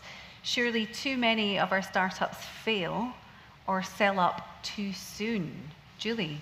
I mean, my view on this is that we need to fill the pipeline from top to bottom. We just don't have enough business ideas and everything out there. So I would say for sure there needs to be a focus on scale-ups. There also needs to be a focus on getting people through their idea cycle, failing fast, because then if you've failed, you're a great employee, or you might do something else, getting them further down that pipeline where they are in that stage where they grow, and then making sure that it happens quicker than it does now, because typically, I mean, I'm going to say this and I don't have the data to back me up, so someone can shoot me down, but quite a lot of business, it'll take them 10 years to get to $1 million, and by that time the founder is absolutely exhausted, and so if someone offers them a bit of money, they're like, yeah, I'm out of here.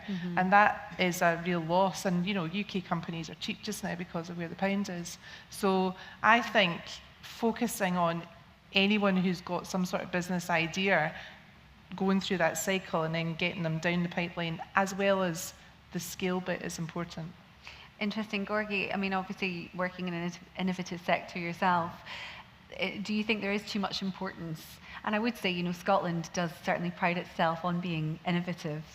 So are we just not seeing enough of these businesses coming through from bottom of the pyramid, essentially, to scaling up into international markets?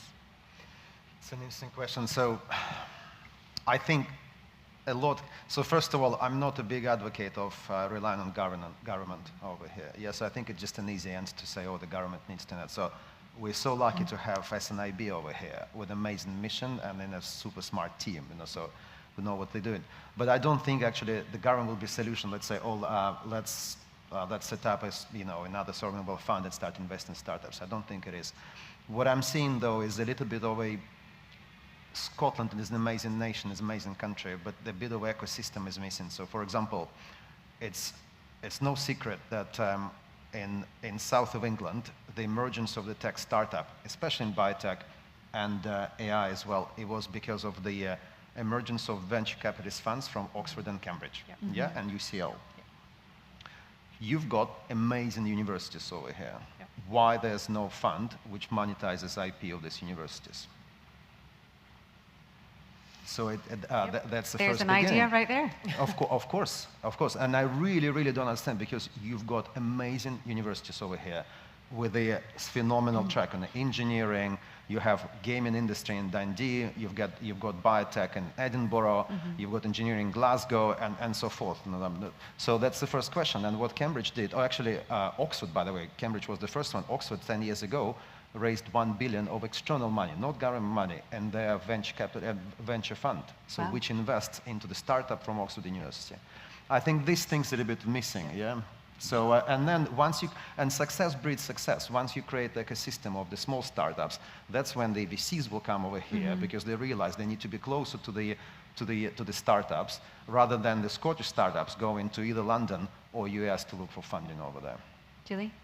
I agree with that. I mean, I think there's been a lot of work done in terms of what the terms look like now when you're spinning out of the universities, which is all positive, because it did used to be, in my opinion, punitive when they were coming out and the university was owning 30-40% of their business. I'm a big fan of everybody should share if it all goes well, but there shouldn't be a cap table that kind of constrains you as a founder when you're into that fundraising cycle. And I think I'm going to suspect that some of the investors in the room will go, actually, that's what, we are looking at that, we're focused on it. But you're right, there's not like a university fund anywhere. And, not to get too political, but our universities are really struggling right now to survive. So potentially they're not in a state of mind to be thinking about innovation in that way, in terms of investing in the businesses that come out of them. Maybe it's about PR and a bit more vocal. So Accenture's investment for University of Dundee was something like 100 million plus. Can you imagine? So they realized they were sitting on 100 million plus. For a university, it's massive money. How many people in Scotland know about that? You're spot on. Well, if there's anyone who works in the educational sector, perhaps you might want to catch up at lunchtime with Gorgie. I'm sure there could be some potential there, or at least some connections and networking to take place. We've just maybe got time for one more question that I'll put to all of you. If anyone does have a question, please do raise your hand. As I say, we've got one at the front. Thank you very much. Do we have a roaming mic available? They're winging their way to you now. Thank you very much. And if you just want to speak directly into the mic, that would be fab. Thank you. Thank you. Poonam Malik. Good discussion. I suppose for your point, Georgi, you mentioned Oxford and Cambridge or Imperial Fund. the key probably to success there was the private money, because it was invested on the private terms, and which you said that it shouldn't be expected of the government, and that probably is the key.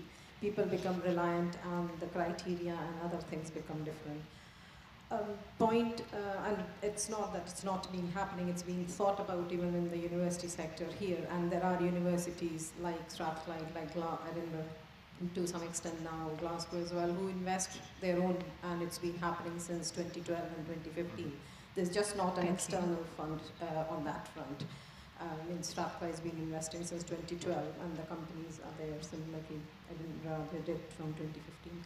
My point for a question for you, Mark, is that you've been investing across the pond on the other side and now in Scotland, which is your mission to support the ecosystem, which is very good, thank you. What is the key differences in the investor mentality or the investment tools that you look for in the companies, or broader in the ecosystem that you've seen across generalist? And the second is, naturally, you've chosen the life sciences. And the question there is, what is the mindset and attributes that you need for a life sciences investor versus a digital or a software product company that has an ARR from the day one? And how do companies offset that when investors seek that?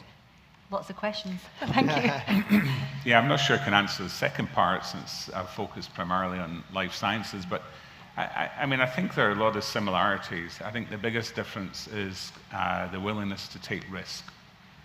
And, excuse me, and combined with that, the scale of risk-taking. So, for example, I personally, I hate the idea of failure.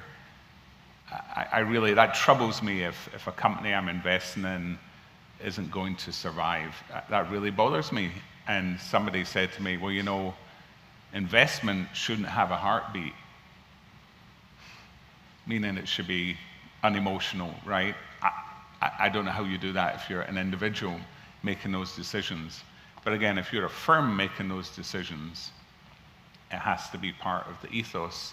And I looked up last night Flagship Pioneering, which is a Boston-based life sciences company. And they've been around for 25 years. They've launched 140 companies. 346 investments, 149 exits, 20 failures, including 4 in the last 3 years. And so they're willing to go into spaces that they don't know are going to be successful. They think they should be, they think it's a great idea, but that willingness to take those risks is core. And the most well-known, if you didn't know it, of their investments was Moderna, who sold 36 billion COVID vaccines over the last few years. Yeah. But they invested in that company going back over a decade. Mm-hmm. So it's a long road, but again, if there's something there that's really going to make a difference, it will be successful. So I think that's the key, is their willingness to take risk and to make big bets when they see the opportunity. And I don't think there's as strong a risk appetite or willingness to do that in Scotland or the UK. Certainly serves to illustrate why everyone is so focused on the US market, or so many investors are, because they've got more money to risk, don't they? Thank you for the fabulous question, and thank you to each and every one of you for your Slido questions. They were brilliant, and I think this has been such an ambitious panel to kick off with. That's kind of really setting the bar for us today. Unfortunately, that is all we've got time for. Big thank you to Mark, to Gorgie, and to Julie. Thank you. Thank you very much. I invite you to take your seats.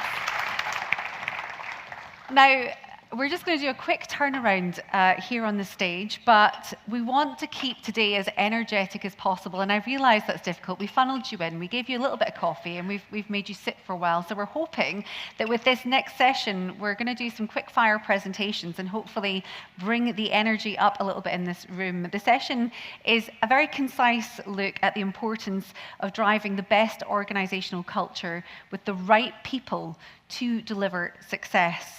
Our presenters will share their experiences looking at aspects of managing their organisation's culture during a period of growth. To chair this session and to introduce our speakers, I'd like to hand over to Executive Director for Innovation at the Scottish National Investment Bank. Put your hands together and welcome Nicola Douglas!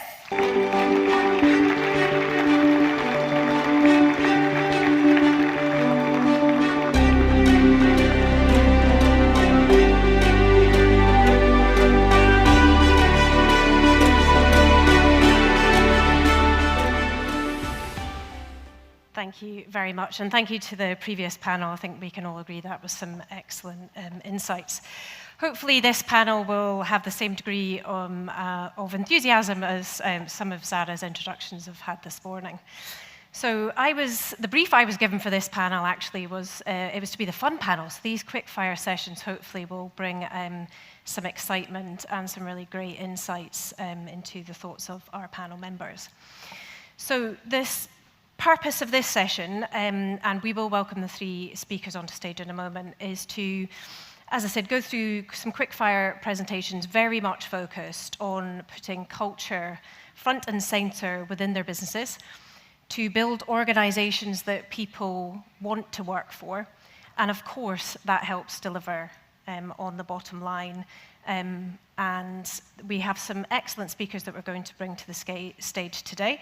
So Jonathan Burridge, who's the founder and CEO of Utopia, Emma Marriott, the Chief Operating Officer of Connect 3, and Ian Valentine, NXT.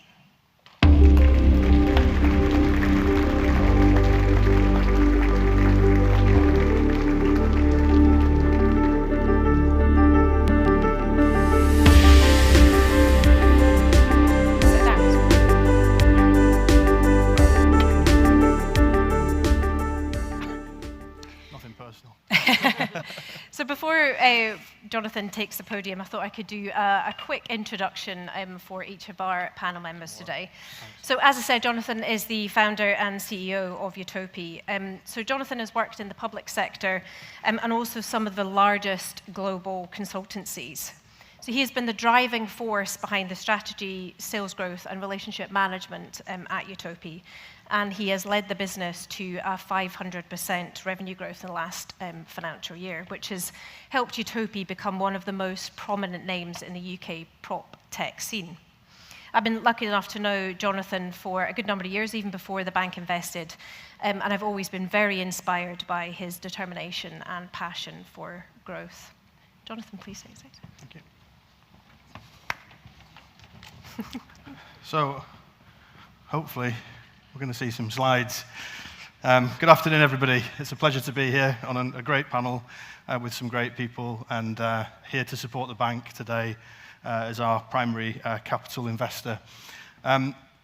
It's a real pleasure to be able to talk about something that I actually find really incredibly important to me on a personal level, which is the team, the culture, and the people, really, whose lives we touch as a business. So, we received investment from Scottish National Investment Bank in March 2023, at which point we had 18 people.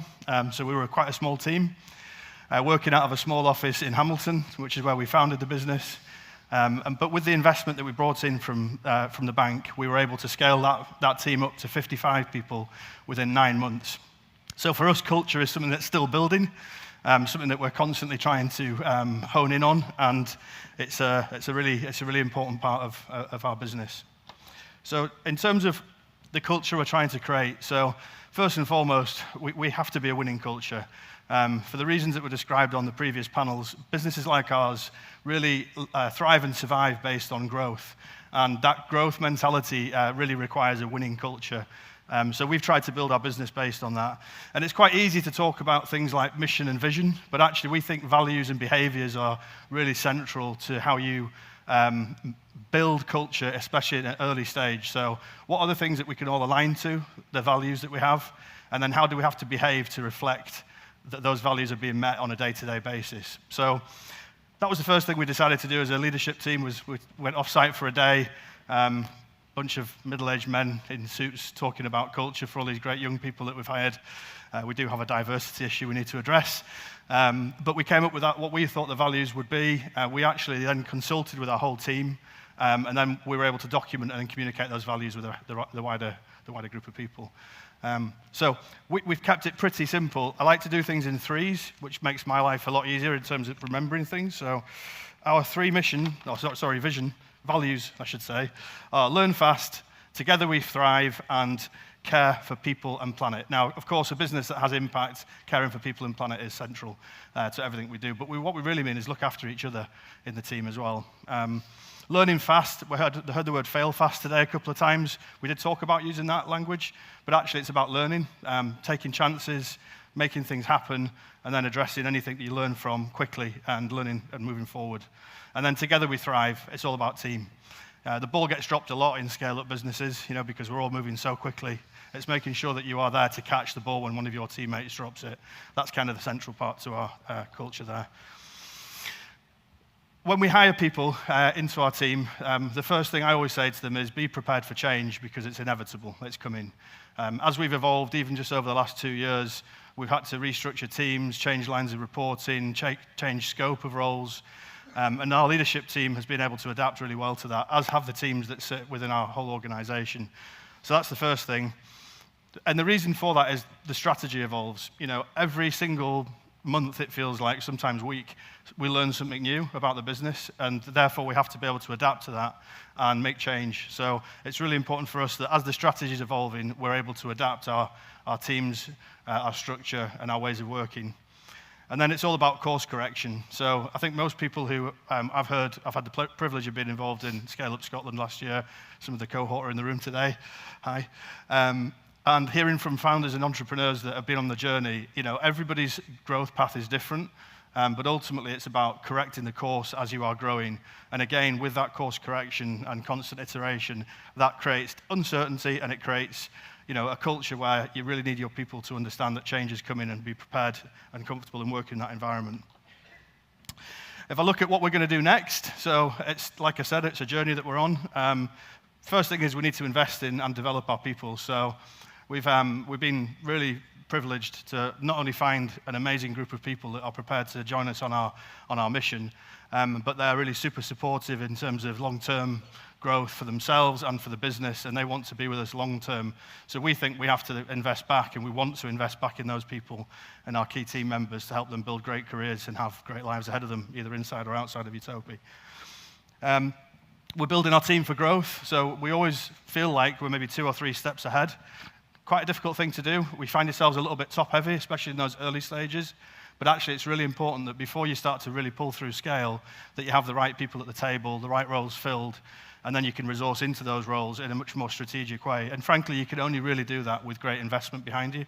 And that's one of the benefits of bringing in external funding early, as we have. And then the third thing is be ready to adapt. So like I said a couple of times today, you don't really know what's going to happen from one week to the next in a growth-minded organization. So for us, it's all about being poised and ready to change, make decisions, learn fast, be brave, be bold, and hopefully be really successful on that journey. So thank you for listening.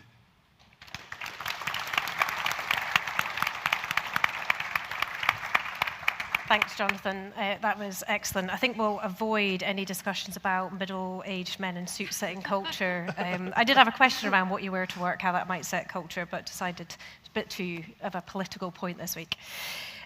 So next, do a bit of an introduction to Emma. So Emma's had extensive experience in leadership, spanning 25 years in recruitment and people consultancy. She led as Managing Director of Contract Scotland, scaling from 1 to 21 million. I think that beats your 500% revenue growth, Jonathan.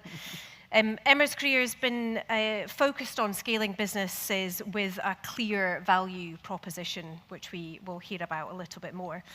Emma's now the Chief Operating Officer at Connect3, and delighted to welcome her to the stage to give us some more insight.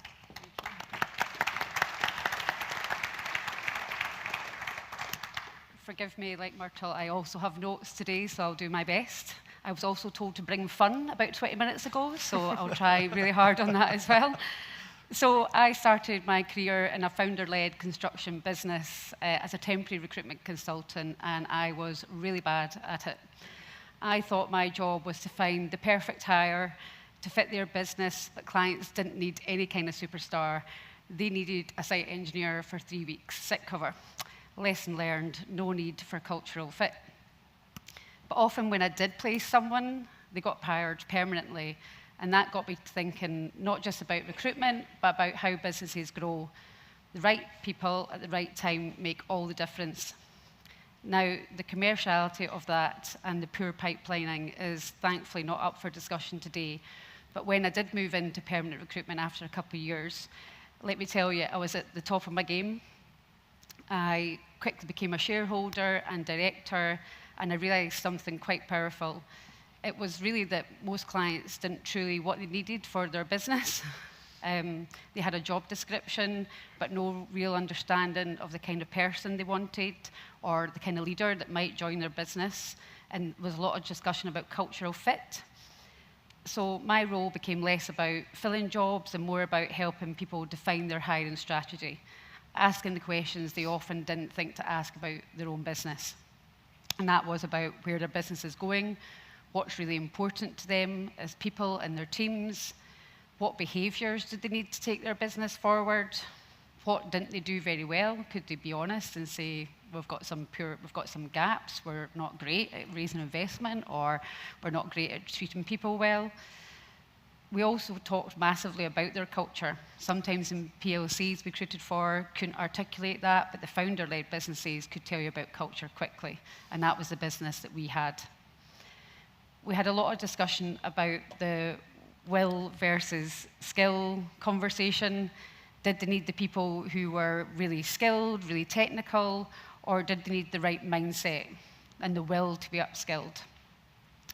I worked hard to find the people who didn't just have the right skills, but the right outlook and matched those motivations.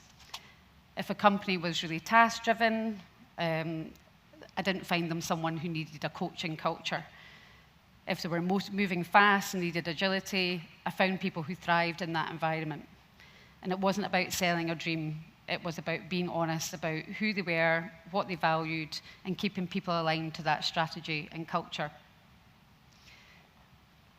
Fast forward to my own role then as managing director, post-2008, horrific collapse of our turnover dropping by 25%, which felt like overnight. And the culture and growth plans for our business became even more critical.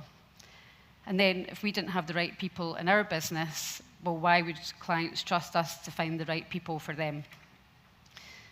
In recruitment, people assumed that we'd be really sales-driven, commission-based, individualistic, or egotistical, shall I say. But that wasn't about who we were at all. Our values were of integrity, partnership, and doing the right thing for our clients and our candidates seeking work. And we had to be really clear about that, both to our team and the people that we wanted to hire. So we had a reward mechanism based around that. We rewarded collaboration, not just individual wins. We bonused team players, not the commission hunters. And we valued innovation. Not always doing the same thing, following the same path, but seeing the opportunities to grow. We had a learning and development culture, and we knew that if we lifted each other up, commercial success would follow, and it did. We had 10% growth year on year, our engagement scores stayed above 90%, and churn in our company remained under 10% for 6 years. But that only worked because we were really clear about what we valued and the behaviours we expected and what we rewarded. The cultural ramifications of weak onboarding into companies, poor hiring decisions, and failing to get the right people in high-growth firms can be really severe. Without strong onboarding, employees often feel really lost, undervalued, and disconnected from your company's mission. So do the pre-work. Do the hiring strategy, take your time to find the right person. Doing the pre-work at this stage is what will help you achieve your growth, because when you do find that right person, you'll be able to move fast to secure them. And apply this at all levels, not just for your leadership, but for every person that walks into your organisation. Because the loss of culture when you get the wrong fit, it can be so hard to come back from. So the solution, be really intentional. Know what you value, define the behaviours that matter, make hiring decisions based on those values at all levels, and invest in the right leadership team to take you to the next stage. At Connect 3, we work with businesses exactly on this. When I joined them last summer, it was to help a brilliant founder lead a business down a growth journey. We often help leaders understand their people, their challenges, how their culture fits into their strategy, because leadership isn't just about making decisions, it's about making the right decisions at the right time. And it's often really it can often be very difficult when to know what to do for your people. So get a framework. Evaluate and understand who your superstars are, and know who your solid players are, the ones that keep the company going, and motivate those people accordingly. And when those people fit into that bottom intervention quadrant, act really swiftly but fairly. If these people are stopping the bus from moving and others can see that, they'll question the leadership. So keep painting the picture of where your organisation is going, so your people know how they can contribute to the day-to-day and the big picture tasks, and check in through a variety of points. In a growth business, it's so easy to get wrapped up in your brilliant journey, achieve sales targets, but keep checking in on the people. That's important to cultivate a culture of shared purpose, and for people to understand that there's meaning in your organisation. And finally, when you're leading a fast growth business, it's easy to forget. It's easy to focus on what's next and forget about who's next. So who's coming with you? Who's leading alongside you? And when is it time for you or others to step off the bus? Don't wait until you're burned out. Build your succession plan now.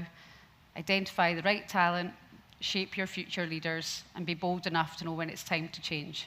Because the best leaders don't just scale businesses, they scale culture too. Thank you.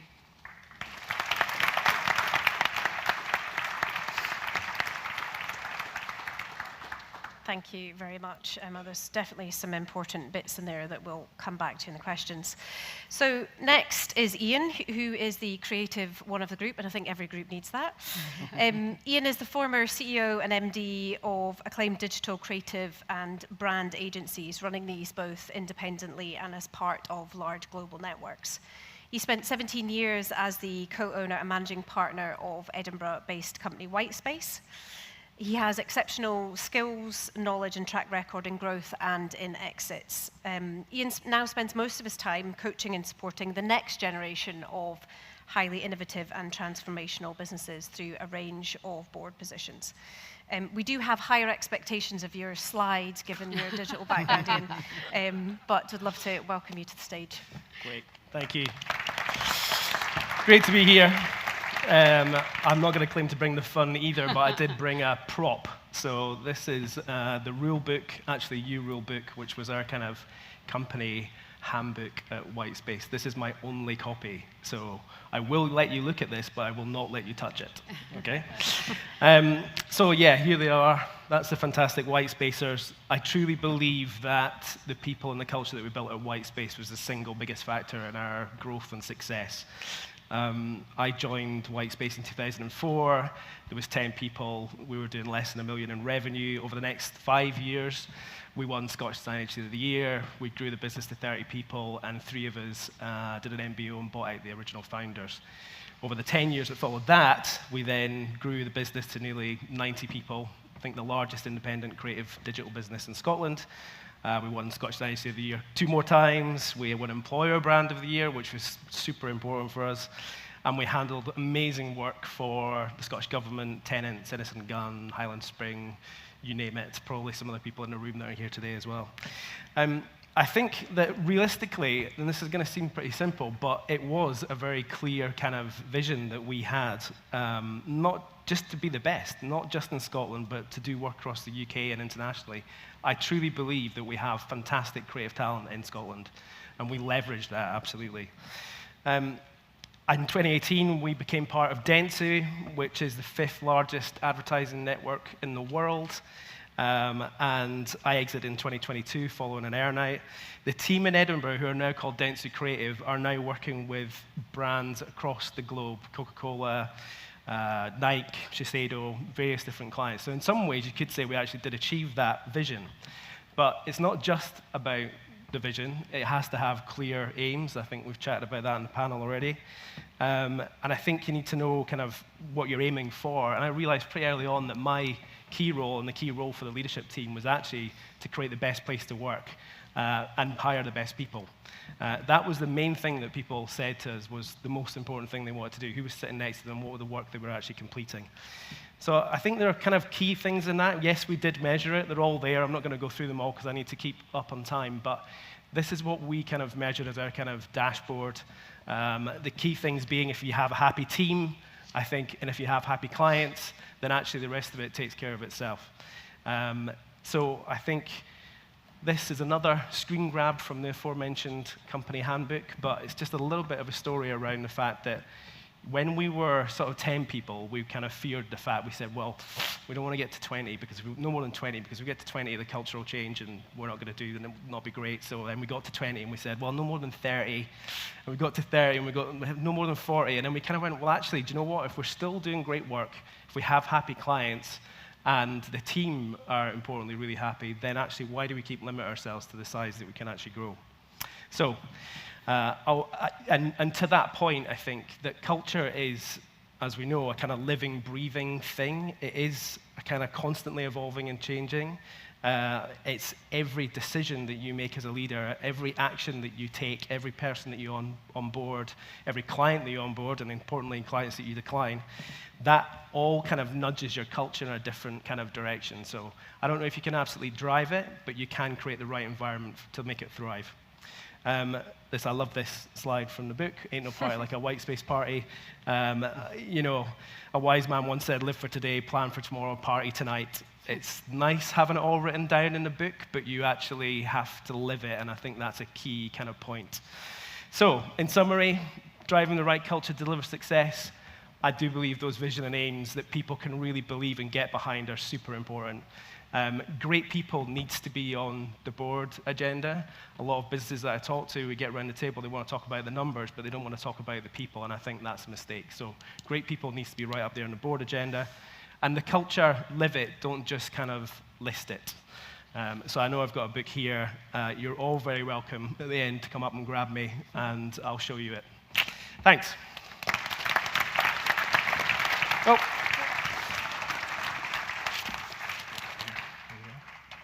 Thanks very much, Ian. And I think everybody wants to work for white space now, given the strap line is, ain't no party like a white space party. Exactly. So thank you very much. I'm just going to move into a couple of questions on some of the content that we've seen of the presentations there. And then please use Slido if there's anything in particular, and I will come out to the audience as well.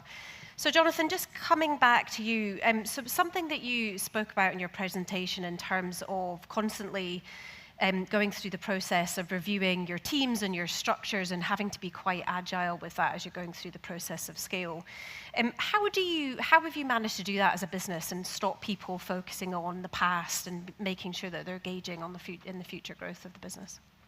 Yeah, it's a good question, and I don't think we've got a perfect answer to that. I think in reality, it's pretty organic.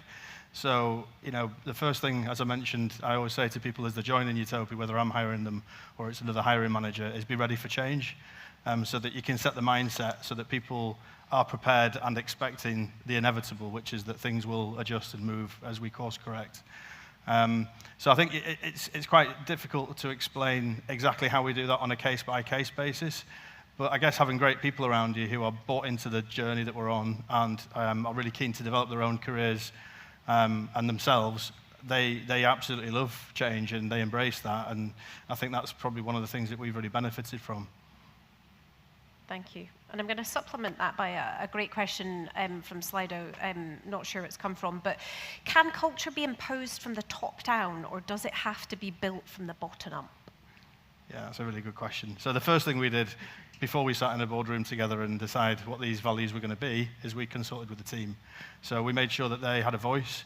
and that when we played back our values and behaviour expectations, we were able to signpost that feedback and the decision-making around the structure had really been through that feedback process that we'd put in place. But ultimately, it doesn't really matter how hard or how much we say, this is how we want the culture to look. Day to day, the culture it's the masses. It's not the 3 or 4 people at the top of the table. So we rely on having hired the right people, and I think that in itself has helped us, build that bottom-up culture. Good energy, vibrant people, really wanting to be in this thing together. So, but yeah, it's a really good point. Good question. Thanks, Jonathan. And just pulling on your point there about hiring the right people, and maybe coming to yourself, Emma, is you talked about making sure you're getting the right people on the bus. And that's not always easy through the interview process. So you're looking at quite often technical skills and ability, and it's always quite difficult to judge team fit and cultural fit. Have you got any experience of bringing people into the business that quite quickly it appeared that they were not on the right bus, and how you dealt with that? I mean, obviously, as a recruiter, I would like to say I've never had any terrible fit, but yes, I was talking with my colleague earlier about some experience I'd had both at Contract Scotland and then in the last few years working in consultancy, where you have laid out exactly what you're looking for. You're maybe working with organisations who have identified exactly the kind of skills criteria they're looking for, where this company is at their stage in growth, and then very quickly seeing that they don't have maybe the skills, but more so the attitude to work with the organisation effectively. And that can be really sad, because I'm very much an optimist. I like to see that everybody's got potential and it can be realised in an organisation, but it is about that match. It's got to be the right energy, right, aligned to the motivations at the time. But certainly it goes back to what I said earlier. It's about moving quickly on that and not letting it fester, because when other people start to see that somebody's not aligned, or it begins to suck the life out of the room and drags your culture down. So we often had conversations, and one person in particular, about the type of behaviour we're looking for, the kind of communication that we're looking for. And you could see they were used to working in a much bigger environment with more people around them, and we were working in a small organisation where you have to wear a number of hats. But it's having that conversation quickly, demonstrating the values of the organisation, the behaviour we need, and having a dignified exit. Not always pretty, but it needs to be done. Thank you. And just following that up, so we've seen the world of work and recruitment change quite significantly post-COVID, and just following up on a question again from the audience around working flexibly and hybrid working, do you think that corporate culture is compatible with those types of models, and what are the ways in which businesses can make sure that they maintain a corporate culture with more of a dispersed workforce? Again, really interesting. We're working with Connect3, we're working with some excellent organisations who are doing that on a worldwide platform at the moment. But the key for that is finding opportunities to link in, and a lot of that has been done around their learning development. It's been pulling people into sometimes perfectly curated scenarios where they can check in. It's having off-sites, it's bringing people together, whether it be about product development or about changing their strategic direction. But it's not just relying on, you'll catch them at the water cooler moment. It has to be curated, it has to be done really significantly. So yes, it can happen. We're beginning to see huge organisations obviously bring people back into the office. I personally don't think that's a terrible thing, but it doesn't suit everybody. And again, it's about those organisations being really clear about what they need and why they're bringing people back together. Is it about connectivity and to upskill the younger generation? Or I hope it isn't about presenteeism. I hope that is a thing of the past. Thanks, Emma. Ian, I'm glad you took a prop, because it definitely helps support my first question around having a culture kind of policy or strategy or values within a business. How do you make sure that that's not just a piece of work or a handbook that gets put in a drawer? What are the things that a business can do to really bring those cultural things to life? I think some of them already been suggested already. I do think you have to lead it. I think importantly, leadership needs to be present and part of it and there. But I mean, you said it when I came off the stage, you want to work for Whitespace. That is intentionally what we set out to do. Yeah, it is intentionally what we set out to do. And, you know, fantastic summer party where we reenacted like the Olympic Games, you know, Christmas parties where we went away and broke Anne Boleyn's bed. That's another story. Various different things, you know, but that social aspect and meaningful reasons for people to get together and engage with each other was just so important. And this is a great question for you, which comes from somebody in the audience as well, which is around, and given that you work with some of the biggest global companies in the world, what are some of the organizations that you think are displaying some of the best kind of positive cultures globally, and how do you think that they've achieved those? I mean, obviously, I experienced this a little bit. Obviously, we were acquired by a much, much larger business, and actually, you know, the culture was one of the reasons that we were also liked. They wanted to replicate that throughout their creative teams in the UK. But I think it's harder to do when you're bringing together, you know, those different types of businesses with different cultures. I don't know if there's anybody that I'd pinpoint and go are doing an amazing job. Obviously, I could plug Muckle PR, who I'm chair for, who are currently, you know, just one employer brand on Thursday night, which is amazing. But yeah, I don't know if there's anybody I'd point to and go, they are a shining example. And I think you can make assumptions around culture with branding, and that's where it's, I'm guessing, some pretty good branding. I had a conversation with a colleague recently about how Dorset Cereals felt like a great culture, but that's more to do with their branding, I'm guessing, than anything else. True. So just thinking about, and this is maybe a question for you, Emma, and again from somebody anonymous in the audience, around cultures often driven by creating diversity within the workplace. How important do you think culture is with recruiting from a diverse pool of people? Well, I mean, for sure. Another role I have is working with the Judicial Appointments Board Scotland, and they are perhaps not known for being the most diverse group of people, and we're doing a huge input for that, is trying to showcase a career in the judiciary to the furthest and most large group of people that we can possibly exist within law. And I think that's not been done before, and again, a number of organisations, sometimes they can recruit people easily. They've got a great value proposition, and people will want to naturally work for those. The companies that work harder begin to showcase their career, showcase everything who they are.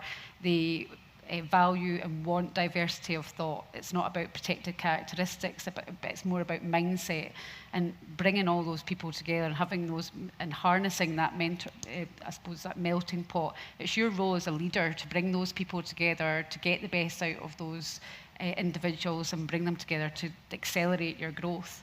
But yeah, I think it should still be our number one priority for organisations. Absolutely. I'm going to go to one more question on slide and then open up to the floor, because I think this is a particularly good one. And Jonathan, I might direct this one toward you.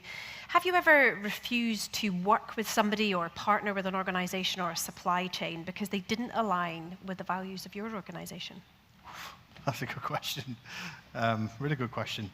The short answer is no. However, we would be very open to rejecting any partner or supplier that didn't reflect our values. I think that you can't talk the talk if you don't walk the walk.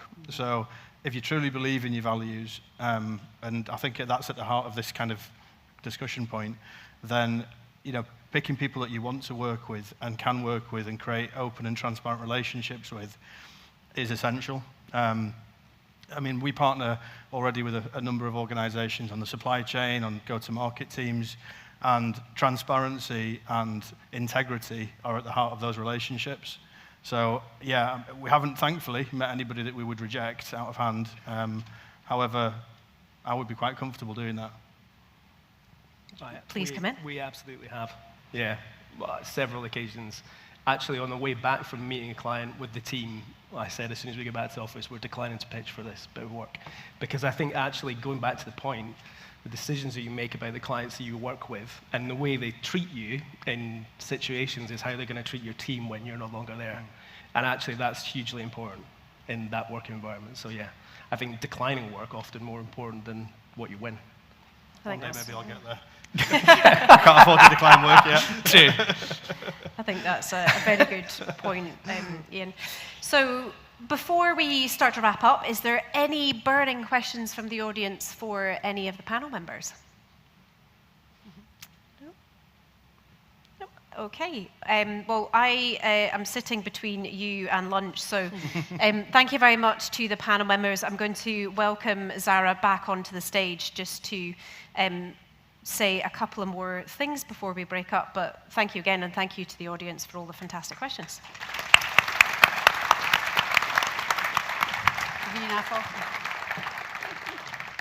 Thank you very much. Thank you to Nicola Douglas for chairing that session so brilliantly. That was hopefully a lot more energetic and getting you ready at least for lunch, which, as she mentioned, we are just about to break to. I absolutely adored that session. Thank you for those three brilliant minds coming to the stage, telling us that you can have the right idea, you can have the right vision, but without the right people, you will not have the right culture for success. I think that was a great message to take away into lunch. We are going to be serving lunch in the mezzanine area just outside. We will have 45 minutes for lunch, and as noted in your delegate packs in the conference programme, in line with the Scottish National Investments Bank commitment to achieving net zero goals and reducing carbon emissions at events, today's lunch is a vegetarian menu. There are a variety of dishes for you to enjoy, so get stuck in outside, and all dietaries are noted at each station. Also included in your programme is a list of all today's attendees. If you would like to connect with anyone in particular, well, it's lunch, so now is the time to do it. To those online, thank you so much for joining us so far today. Please continue to use the Slido app. We've really been enjoying the engagement and the variety of questions that have come in, so thank you very much for putting them to us today. We will see you back here at 2 o'clock, and we'll be diving a little bit deeper into the world of impact investment in Scotland with Circulate Capital, Better Society Capital, Bridges, Fund Management, and A Future Worth Living In, as well as another panel on housing and the economy, chaired by Sarah Chaim. So enjoy the break, and we'll see you back here very soon. Thank you very much, everyone. Thank you.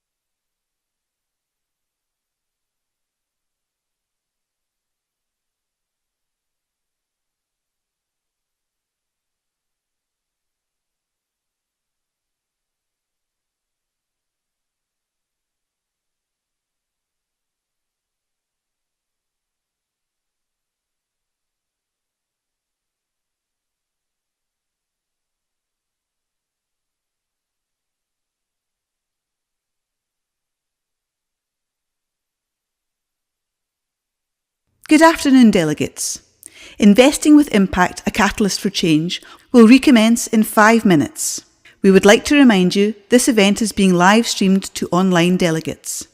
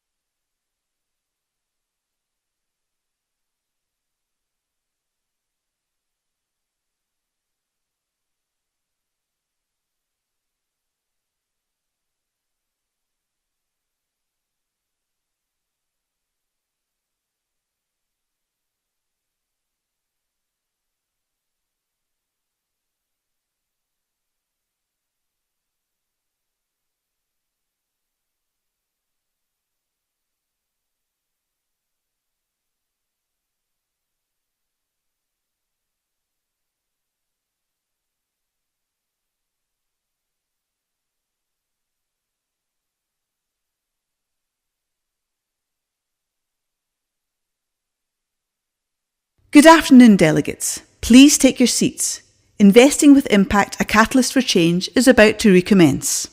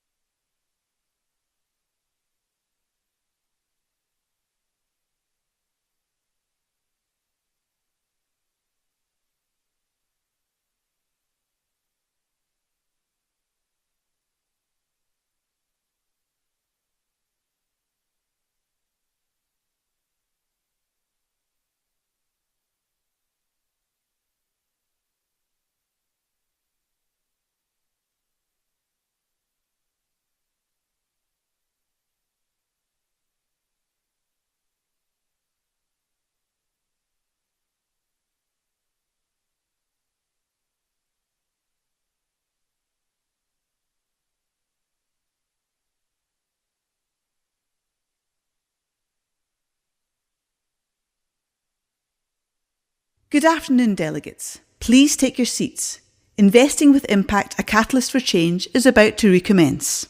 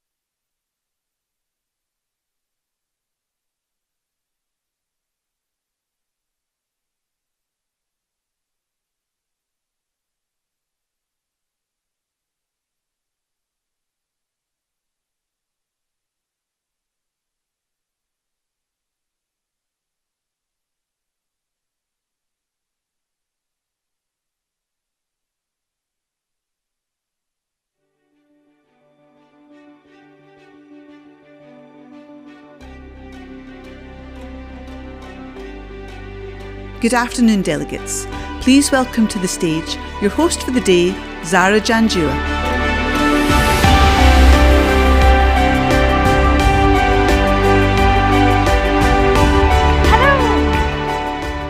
Welcome back, everyone.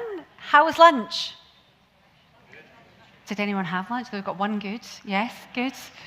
Well, hopefully you had time to eat lunch. The Radisson Blu are incredible, actually. They have made veggies sing today, which is no easy feat, really, is it? They really, as you will see in the programme, they have a commitment to reducing carbon emissions through the catering, but they also have Green Key certification showing their efforts across their amenities in lowering their carbon footprint. So we have actually noted the carbon data in producing in your lanyards today, so the lanyards that you have around your neck. So if you want to have a look, the registration number is noted on the back beside the QR code. All of this was not by accident. We are considering all aspects of the day to make sure there are lots of sustainable choices with the location and the facilities. So I do hope that you appreciated lunch and that you got some and you weren't just networking out there, although I do hope you managed to do both.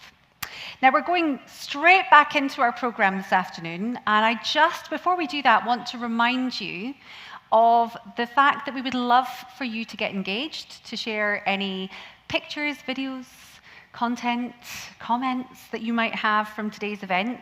You can follow at NewsQuest Events and at Herald Scotland on X, and Scottish National Investment Bank and the conference page on LinkedIn using the hashtag InvestWithImpact. Now, we're going to turn our attention in this next section of today's agenda to look at what impact investing is. Investing in this way is not a compromise between economic returns just for the sake of doing good, but it actually leads to better returns and the creation of enhanced impact along the way.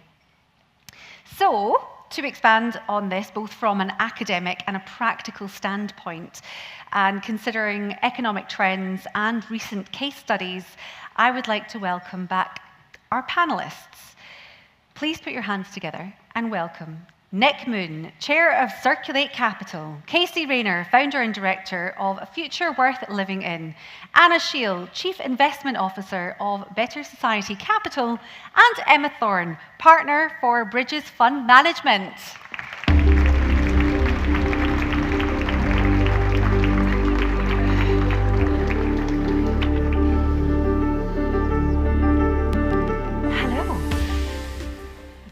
Thank you very much for joining us. I think it's probably nice just to help everyone understand the sort of ecosystem if we go through our panelists and just share a little bit about our backgrounds and sort of what we do. So I'm going to start with you, Nick. Thank you. Hello, everyone. Good afternoon. My name is Nick Moon. I'm the chair of Circulate Capital. My background is about 25 years in private equity, but always in the field of impact investing. So as was said just now, creating financial returns, competitive returns, but doing that in a way which creates good, positive impact in whatever investment theme your focus is. Circulate Capital, a few words about us. We are a dedicated investor in emerging markets to prevent plastic pollution and to encourage recycling. So we're a private equity fund.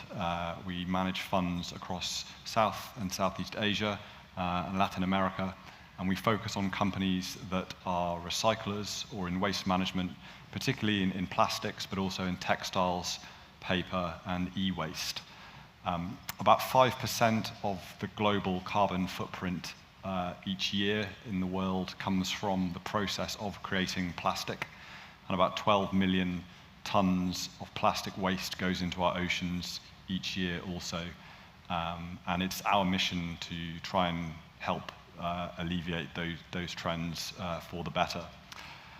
Our investors are insurance companies, institutions, private investors, development banks, but also a whole load of corporates as well. So we have investors, people like Coke, Pepsi, Danone, Unilever. And the reason that they invest is because they themselves are all trying to reduce the use of increase the use of recycled plastic in their supply chains. And so working with us, getting access to our portfolio companies is a symbiotic relationship for them in moving towards their own sustainable targets, whilst also providing huge value for us and our portfolio. Thank you very much, Nick. And Emma, Bridges was one of the first movers in this space, and you're bringing essentially 20 plus years of experience from your business perspective to this. Can you just explain a little bit about your background and what Bridges does? Absolutely. So hi everyone, I'm Emma Thorne, I'm a partner at Bridges, and I've spent the last 10 years of my career there with a background in more sort of generalist private equity. Joined the team at Bridges very motivated by doing private equity in a slightly different way, absolutely focused on impact, but also very much aligned and motivated to deliver strong financial returns, and we absolutely see the lockstep between the two, and that one certainly shouldn't come at the expense of the other. So in terms of the background on Bridges, as Zara said, we've been around for over 20 years now, one of the first movers in the impact space. All of our focus is on supporting the transition to a more sustainable and inclusive economy, and we do that by investing in private businesses, in real estate, and also in outcomes partnerships, all focusing on delivering positive impacts aligned with positive financial returns. My focus at Bridges is on what's called our Inclusive Growth Fund. Just a bit of background, we've seen a huge amount of capital flow into the impact investing space over the 10 years since I've been at Bridges, but a very large proportion of that is increasingly focused on the decarbonisation theme. We first of all, don't think you can look at decarbonisation in isolation of reducing inequalities, but also do see the benefits, particularly now, of really starting to specialise in terms of our fund's focus. So my fund is exclusively focused on social impacts, very much in the UK, a real place-based focus. And we're looking to invest equity checks of typically £5 to £15 million for minority or majority stakes into businesses that are delivering very clear, measurable outcomes, helping widen access to essential services, which very much includes health and education as the core tenets of the strategy. Thank you, Emma. And Anna, we're obviously hearing about environmental impact here and those sorts of goals that exist within this space, but of course there's social goals, which Emma did touch on as well there. Perhaps you could explain a bit about your background and what you do. Absolutely. Hi, everyone. So I'm Anna. I'm Chief Investment Officer at Better Society Capital. I have been doing that for just over 12 years, which coincidentally is about the same time that Better Society Capital has also been around. Prior to that, I was working in kind of more mainstream investment banking, working with financial institutions. So Better Society Capital is an impact investor focused on the UK.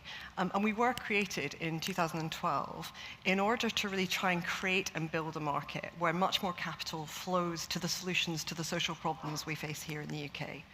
So the principle and the belief behind that is that we do have these entrenched and challenging social problems related to homelessness, mental health, to name but a few, but that there are also enterprising solutions to those coming from a whole range of sectors. But we need to crowd and increase the ways that capital can come to that. So that's really what we were set up to do in terms of increasing and building that social impact investing market. We've been doing it for, as I say, just over a decade, and we've committed over that period of time about £1 billion to over 100 different funds and other kind of intermediaries that are helping to support those enterprises to increase their impact. The other thing that I think we've really seen over that time period is that growth in the market. So we track how big the UK's social impact investment market is. And our last market sizing shows that it's about £10 billion, which is more than 12 times more than it was in 2011. So just to reinforce, I think, the message is there's that real increase in momentum from investors. But of course, what that's also coming together with was lots of innovative solutions from impact-driven entrepreneurs and other businesses that are looking to tackle those problems. Thank you very much. And Casey, last but not least, a future worth living in. Does what it says on the tin. Yep, absolutely. And that's why I set it up, was really because that was the burning question of my time spent within asset management and working with asset owners was, when we're allocating capital, how do we ensure that the way in which we're allocating the businesses that we're investing in are going to help us create a future that we all want to live in.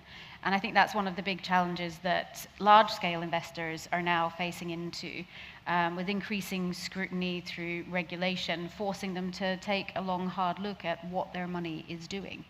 It began with the Task Force on Climate-Related Financial Disclosures, with forcing large-scale investors to look at their carbon footprint and look at their climate risks and opportunities. But that kind of exposure is now focused in on nature and social as well. And so investors are starting to realize that it's not only impact investing, where investors intentionally invest to create a positive impact, it's also across the whole scope of their investments. Fundamentally, all investments have an impact. And what we're starting to realize is that those negative impacts of our investment decisions are causing detrimental issues within society, both at the climate change level, but also at the societal level as well. And so my work at A Future Worth Living In is still very much focused on asset managers and asset owners and helping them understand where they are on their sustainability journey and what the next best step for them is in terms of changing their investment philosophy and beliefs to incorporate the impacts that their investment is having. Interesting. Now, before we dive in, because I would love to ask you all for some case studies to help paint a picture a little bit more clearly in terms of what that looks like and what you really do. But just to remind everyone that we are, of course, using Slido, so any questions you have, please put them to our panel, and I'll do my best to get through as many of those as we can. But just before we get to the case studies, I'm thinking about impact investing as like angels with wallets. It feels, is it that the case? And if so, or if not, can we maybe get a definition from someone? I'm wondering, maybe Emma, if you would like to help define what impact investing really is. Great question. And actually, as a big part of Bridge's mission over the past 20 years has been to try and do exactly that, because everyone has such different interpretations of what impact investing is and actually how you measure it. And it's vitally important that there is that shared understanding and sort of common approach to measurements and communication. Otherwise, bluntly, no one knows what they're doing and where they should be investing. So how we've approached that is thinking very carefully and specifically around what we call the 5 dimensions of impact, but most importantly, sort of the what outcome are you delivering, how do you manage that, and how do you ensure that that is a positive outcome, and then who is receiving that outcome. So I won't sort of go into too much technical jargon, but if we can be really clear about that we're having a positive what for someone or something that needs it, very often the planet, then that's how we're trying to define as crisply as possible. And so then in what ways is it different, or does it vary when you compare it to traditional forms of investing, Nick? Well, I firstly agree with everything Emma's just said, but I think probably for me the difference is intentionality. Yeah. Impact investing is investing with a clear intent to create positive good, in whether it's in climate or financial inclusion or healthcare, whatever your thematic strategy is, whereas a non-impact investment would be investing in the business case, the financial returns, but without the positive intent of whatever those outcomes are. And most impact investors also look to apply their value add in helping to create that positive intent as well. So, for example, we bring skills at Circulate to help create more recycling at scale, which is great for the business investment case, but it's also great for maximizing the impact. And so, Anna, where are the priorities? Is there a certain compromise you have to make as an impact investor on ROI? Great question, and in some ways it's one of those ones that keeps coming back in terms of the development of the sector. I mean, what I'd say, just to sort of build on sort of what we talked about, is absolutely intentionality and measurability is key, but something that we also think about is starting with the social issue as a principle of an impact investor. So starting with understanding what problem you are trying to tackle and where can you then bring an enterprising solution to it and align that with what an investor can bring to that. So is it both the right type of capital, and can that enterprise then deliver the returns on investment that investor is looking for? And I think the really important thing to bring out is that the impact investing market is not homogenous. It's not about a single type of business and a single type of investor. It's pretty varied, actually. So we have real estate funds investing in social and affordable housing and other vital infrastructure.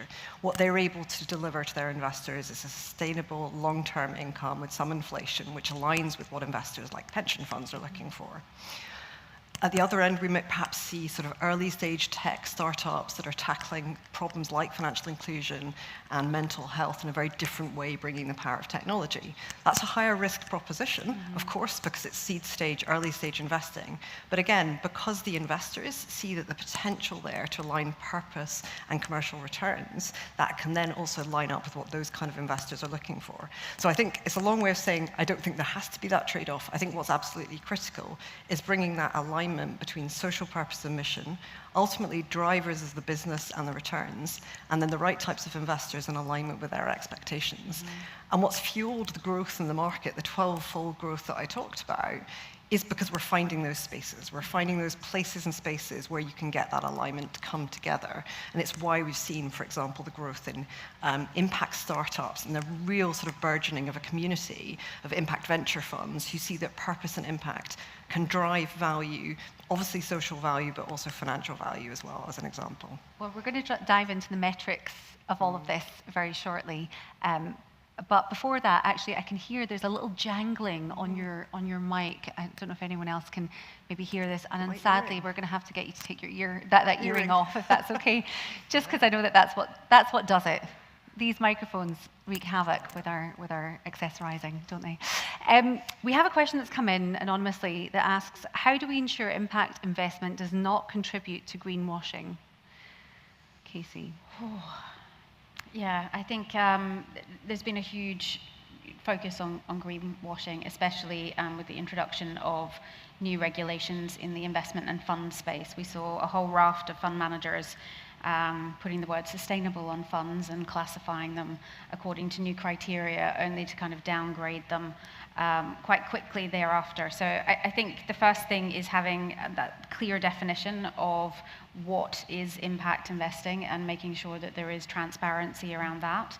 I think probably having some kind of regulator input in terms of the oversight mechanism, and that's really kind of what's caused the focus on being much more transparent and clear on the metrics in the larger scale investment world, was the threat of censure, but also having the kind of written down rules to adhere to. And I think the key with greenwashing as well is that who is the audience? And what is it they're expecting? Because you can have all these different rules in place, but actually if you've got a fundamental disconnect between the customer who's buying the product and then the investor who's allocating the capital, you can have this kind of unintentional greenwashing happen. We saw it when we conducted some... And it's not just greenwashing, is it? There's a term, impact washing, yes, that exists. So it covers social causes as well, and social funds. Yeah, and certainly what we see in that space is where investors are claiming that they're having an impact that is not necessarily an impact that's been driven by their investment. So kind of say that the causation and correlation effect of saying, well, we invested and therefore this good thing happened. I think it's less prevalent at the smaller scale, kind of giving loans to much smaller businesses. But where you do see it kind of manifest is in much larger investments. If you're looking at listed equities, for example, and starting to claim some impact in that space, well, that would be a little disingenuous. Excellent. Thank you very much. I hope that's answered the question. I think it has very thoroughly. Now, what we'd love to do is understand some case studies. And I'd like to come to you first, Nick, to ask, you have a massive portfolio in the circular economy, and this is what you've been talking about. You exist in South Asia, Southeast Asia, and in terms of what you're seeing and who you're working with, some of the businesses especially, or even just the funds, I wonder whether you can give us an example, a case study that will help to illustrate more succinctly what it is you do, to help paint a picture. Sure, I will try my best. A good example for us would be one of our portfolio companies in India. Firstly, why are we investing in India? Well, it's because over half of the world's plastic waste and pollution comes from Asia. So if you want to try to solve that problem, that's where you need to be operating to hit the level of scale required. And India itself is an interesting market. It's over 1 billion people, yet the government is very progressive around plastic waste regulation. So in India, 30% of all plastic that's used in a country of over 1 billion has to come from recycled plastic sources. And in 2 years' time, that goes up to 50%. So that gives you the backdrop of what is a very strong set of regulatory drivers for growth in the industry. One of the businesses that we back there is a business called Lucro. They specialize in fast-moving consumer plastic recyclables. So these are things like ketchup sachets or shrink wrapping that you'd get around fast consumer goods, things that typically would get discarded into landfill. And they developed a technology to break that down and to be able to recycle that into high-quality feedstock, which can then be on-sold to international corporates that require it for their supply chain. So when we backed them, we put about $13 million in to do two things. One, to increase their production capacity, and the other to increase their collection footprint. And 4 years later, we've grown their production capacity by about 7 times and opened 16 new collection centers across the country. So things have been going very well. They should be delivering about 350,000 tons of plastic waste savings through their activities, and they've been growing about 30% per annum. So for us, they're a great example of a company that is meeting a real commercial need, but is doing so in a very impactful way. And McKinsey estimate there's about $100 billion worth of capital required to be invested into the types of businesses like Lucro in order to meet the existing pledges by corporates to meet their own sustainable packaging needs by 2030. So there's a whole universe of companies out there which we think are like Lucro, which should and could require backing. So hopefully it will be the first of many. Well, it's a great example that shows the reach and the growth potential. I'm wondering, Emma, if you have a great example of impact investing that you've seen within your time at Bridges that you could share with us? There's lots. I'll share a couple just to try and bring it to life a bit more clearly. Both on quite a different scale, actually, but both with very deep impact on that sort of UK-focused social side. So the first is a business called New Reflections, which is a business that provides extremely high-quality care to some of the most vulnerable children in our society. We invested in back in 2017, and what the business does is provide therapeutic care and also education to children with very severe emotional and behavioural difficulties and also severe learning disabilities. It's an area which I'm sure you'll have read about in the press over the years. A huge amount of public funding is going into children's services, and there's a huge focus on what constitutes value for money, and also, most importantly, quality. And also a really big question around what is the role of the private sector playing in this part of the market. And I think it's a good example of where I think sensitively we feel that there is very much a role for private capital with that real sort of mission-led approach and purpose that is focused on quality above all else, and sustainable growth that is then going to gradually bring in and increase capacity into a sector that badly needs it. So that's been a very long sort of term hold for us. As I said, we invested in 2017. We're very much still invested and sort of will carry on to be. Over the course of our ownership period, we have managed to sort of more than double the places in terms of the number of young people that the business looks after. But that has been done through this very careful, absolutely sort of quality-led approach, which we feel is appropriate for the sector, but that has still delivered a good investment return for us over that period.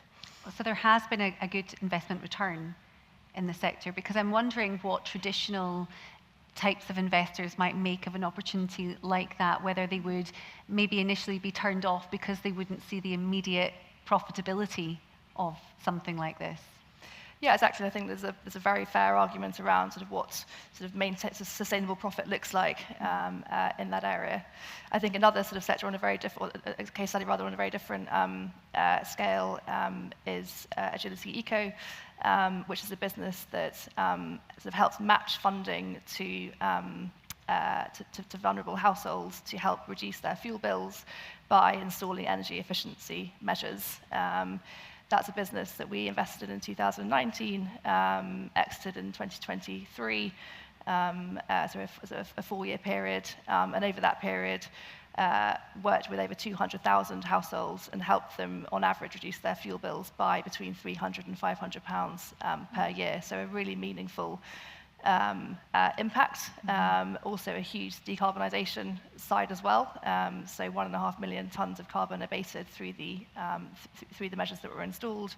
And as a result of that scale up, a very strong growth trajectory, and again, a strong return back to the fund as well. So that a nice example of that sort of interplay, I guess, between both the social and the environmental impacts.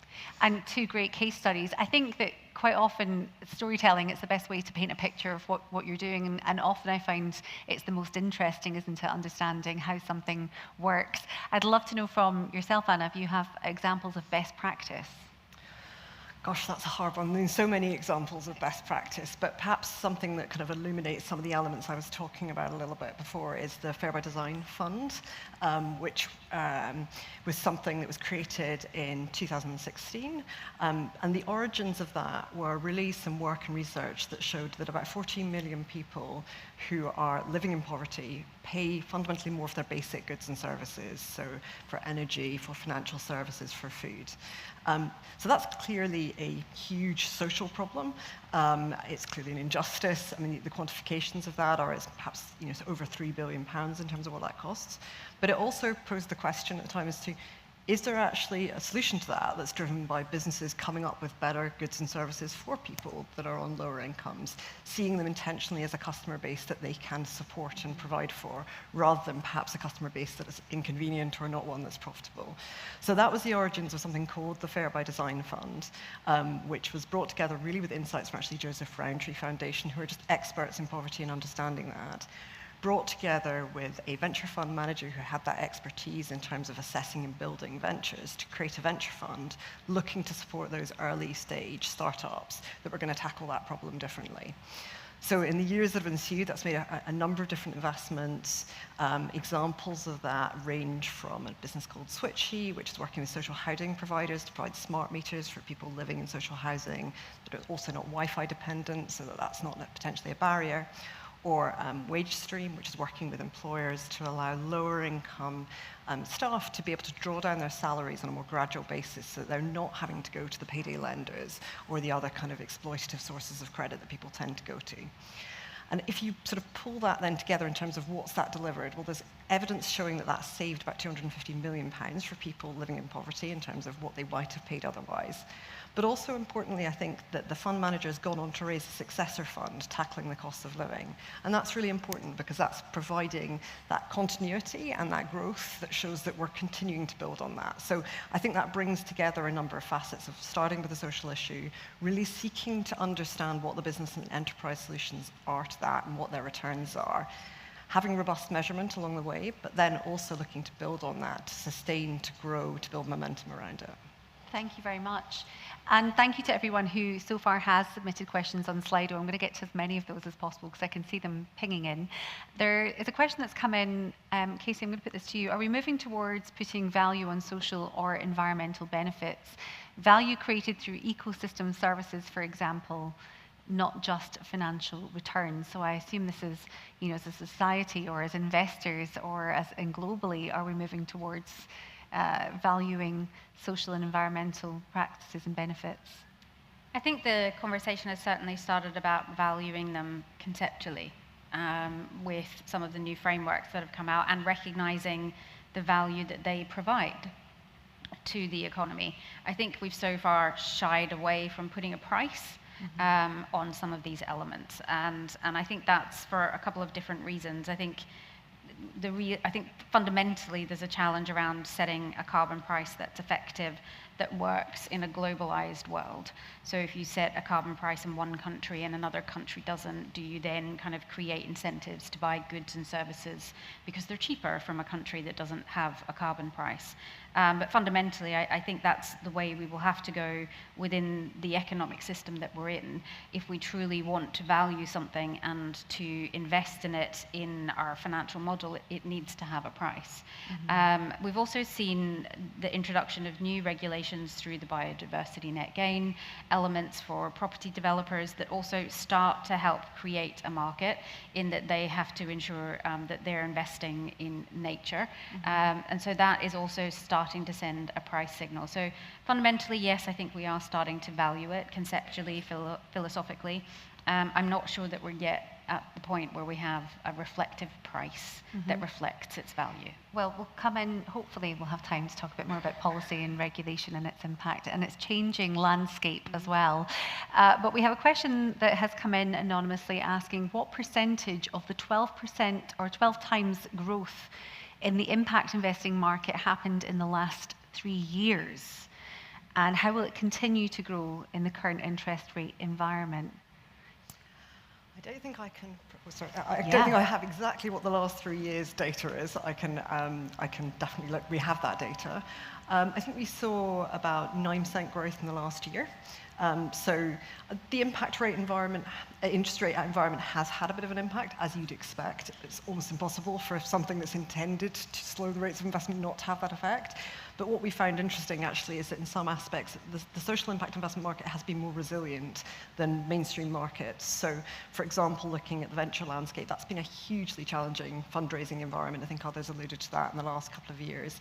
But we have continued to see growth in the number of funds that are looking to raise impact funds and some that have successfully closed over that time period. I can certainly come back with the exact data on what the last 3 years look like. Thank you. I'm sure we can try and fit that in perhaps for the Herald article tomorrow, or we'll figure that out, how to get that in. Thank you.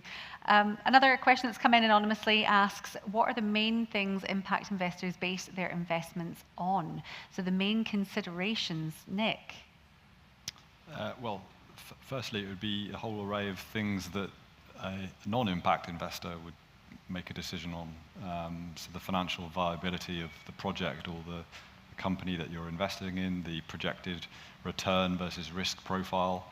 And then on top of that, it would be I guess the authenticity of the impact that you think can be achieved by whatever the project or the company is. How does that align to the exact measurements and outputs that you're seeking as an investor? And then also, I think the values alignment of the management and the leadership in charge. You know, it's important for impact investors to feel a strong alignment with the investee company on the achievement of impact. Is it important for these businesses to demonstrate growth economically within their sector for investors to really believe and understand and want to invest in them and their cause? Absolutely. This is not soft investing. This is investing, but investing for good. And just look at the growth of the industry. I mean, the question prior, I can remember 15 years ago at one of the early impact investing conferences where people were celebrating the industry was worth $4 billion. Wow. We were talking shortly before that we started about one fund that's in the market at the moment raising 10 billion, just one fund. You know, people estimate it in its trillions now. This is a hugely fast growth asset class or industry, however you want to label it. And it's because it does deliver commercial returns, and it does so by making the world a better place. And what's not to like? Excellent. Well, it brings me quite nicely to yourself, Emma, because obviously impact investing, it goes beyond ESG. And you know, when we're looking at the economic trends, potentially, how do you view them changing in future, and what's the direction of travel at the moment? So a couple of trends that we're noticing at the moment, and I think I've alluded to one already, but I think there's definitely a move towards specialization around what outcomes are being delivered. So ultimately, this is all about outcomes delivery. But we are increasingly seeing LPs be more specific about what outcomes they're looking for. So, you know, is it a European asset manager absolutely focused on decarbonisation and therefore fairly sort of agnostic geographically about where that decarbonisation is happening? But that will be sort of the key link for them in terms of where they want to be investing their money in which funds. And then equally, actually, a real focus on actually that sort of deeper social and place-based impact as well that we're seeing, and is very much what my fund's been born out of. And I think as we sort of see more communication about the objectives of the Mansion House reforms and where a lot of the local government's sort of pension money is going to be going as well, really excited to see sort of the next stage of that, but very much sort of hoping that, you know, place-based and local will still be very much attached to meaningful outcomes and outcomes measurements, rather than just sort of going back almost to sort of what Bridges did in its very early days, which was sort of postcode investing, which is one way of thinking about it, but we actually sort of, we do want to really get into those measurable outcomes. Casey, would you like to reflect on this as well, the future? Yeah, I think it's, I mean, we're obviously facing into some pretty rocky territory in terms of what's happening in the US, but if we just put a pin on that for a minute, I think the emerging trends for the institutional investors and for the very large pension schemes are being driven by this awakening piece around, oh, actually our investment helps to create the world around us, and at the moment the world's not looking great, so maybe we need to do something about that. And you rightly said the focus has very much been on how do we decarbonize our portfolios. For many investors, they're moving beyond that question now into, okay, so what are the solutions that I want to invest in? And I think that's where impact investing absolutely comes in.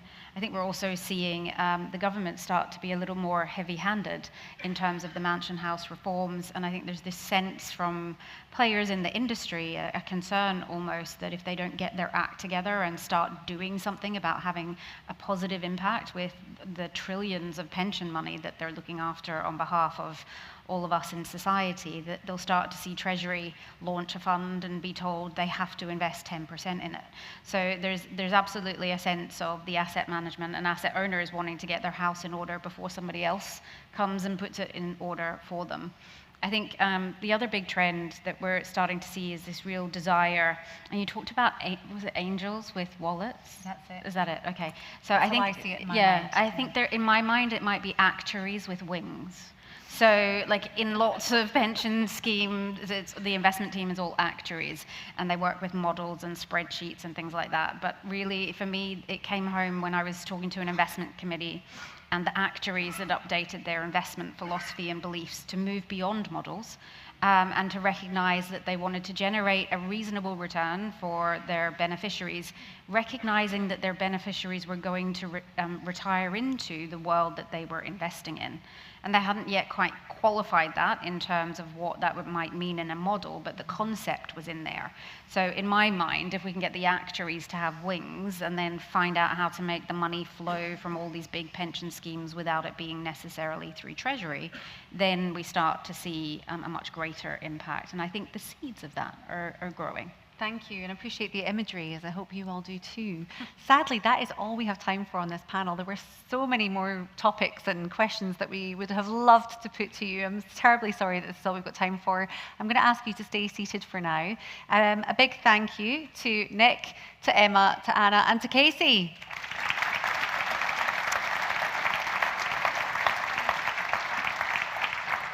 We are going to take a very, very short break at the moment. So you have about 15 minutes just to very briefly go out and grab a coffee and bring it back in, or nip to the bathroom or go make a call. And we'll see you back here at 3 p.m, where we'll be looking at the next panel session, which is housing and the economy and the next steps from the bank. So we'll see you back here very shortly. Thank you.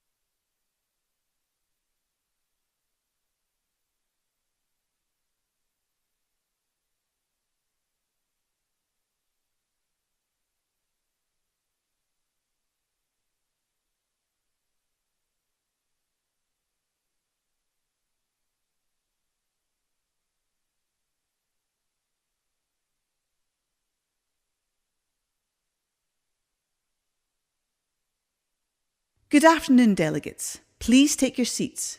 Investing with Impact, a Catalyst for Change is about to recommence.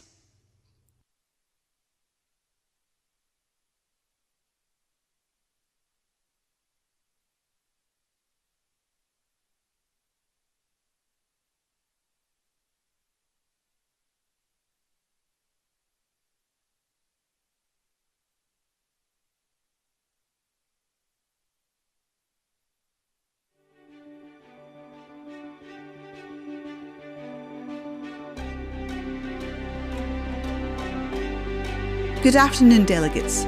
Please welcome back to the stage your host for the day, Zara Janjua.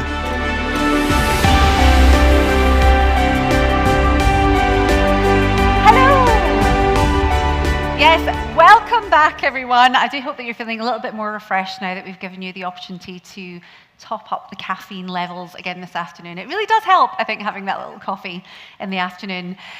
It has been such an insightful day for all of us so far, and I hope that you have all enjoyed it too. And for everyone joining us remotely, welcome back to you also. Hope that you took some time to just have a little bit of a break, because we are now going to be looking at housing as an essential lever for economic prosperity across Scotland.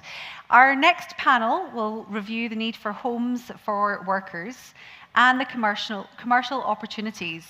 Now, taking us through this session, I'd like to welcome to the stage the chair of the panel, Chief Executive at Prosper, Sarah Chim.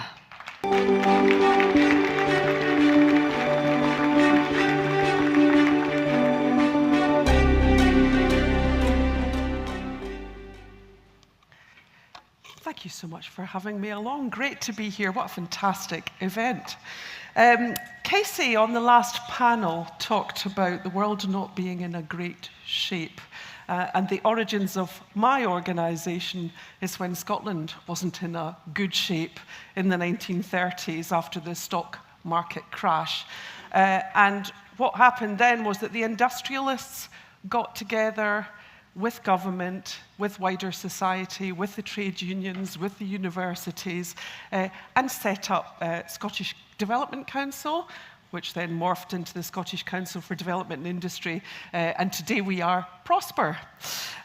Prosper brings together governments, business, colleges, universities, and communities to overcome the barriers and seize the opportunities to economic growth.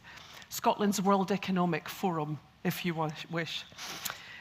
We've heard about the hugely exciting opportunities in energy transition, climate tech, life science, and there are plenty of others, including space, that Myrtle set out for us this morning.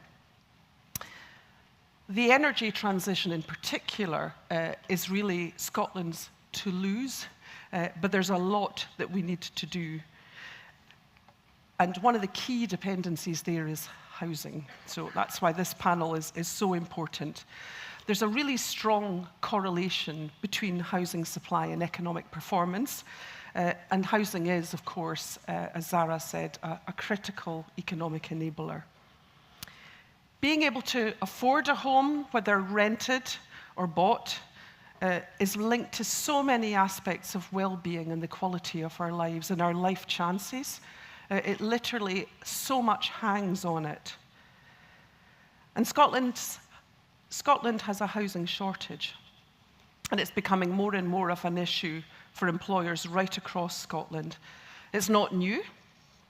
Prosper identified that a new housing supply as a priority back in our economic blueprint in 2021.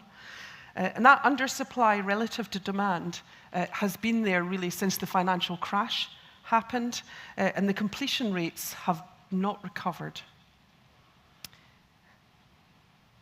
Scotland has lots of diverse communities, so the nature of challenge varies enormously depending on which part of Scotland that you're in, and it's partly why this is such a challenging issue for us right now. So we have rural undersupply in rural areas with shortages of contractors. Massive demand in growing cities like Edinburgh and indeed in Glasgow. And then future demand in growth industries, so very exciting things going on around the green free ports, particularly around Ross Cromarty and Inverness. Really very exciting industrial opportunity there. But houses are critical to unlocking all of it. So there's lots of great innovation going on. One of the things that's very exciting right now is the timber manufacturing, existing timber manufacturing, the kind of innovation that's going on there. But again, it needs scale if it's going to succeed. So why has it happened? Why have we got this housing challenge? Well, we've really focused on affordable supply, rather than that sort of wider 10 years, and we'll come in and talk about that in more detail. And those rent controls that we've had in recent years have really halted the expansion of the private rented sector. We've got lots and lots of different legislation, including a housing bill, which is added to the cost per unit. The build-to-rent sector is going to be ready to unlock, really, when that housing bill is amended. So lots of opportunities for an incoming government to fix some of these issues and some of the things that need to happen. So we're going to explore that in a bit more depth with our panel this afternoon. But first of all, I just wanted to flag up some emerging findings. We've been doing some really interesting work with the Built Environment Smarter Transformation Innovation Centre, with Brodie's LLP, Homes for Scotland, Scottish National Investment Bank, and Wheatley Group. And some of the emerging findings coming out of that work is about asks around rural growth and having that sort of flexibility that recognises the different communities in Scotland, and that innovation and delivery. Myrtle talked a lot about innovation, and it's just as critical around housing. In terms of our cities and that sort of urban growth, a sort of long-term target of housing of all types, including emerging segments, is going to be really critical to all of that, as well as rebuilding investor confidence. Great leadership in innovation is another area where a lot needs to happen. So we're really thinking about modern homes and new types of housing. And Homes England's beginning to do some really interesting things around incentivising innovation, so ensuring that we're on a level playing field in terms of investment and attracting that investment and retaining it to Scotland is going to be really, really critical. And data-driven design. We need some really good evidence base and understanding of how our homes are working, and massively exciting opportunities there. And then skills and supply chain is the last piece of the jigsaw here. But I think we'll unpack these in more detail with the real experts. So I'm absolutely delighted to welcome you to our panel this afternoon. So we have James Blakey, who's the Planning Director with Moda Group, if you'd like to come up and join me. William Kyle, Fund Director from Thriving Investments. And Jane Wood, who's the Chief Executive of Homes for Scotland. Thank you all.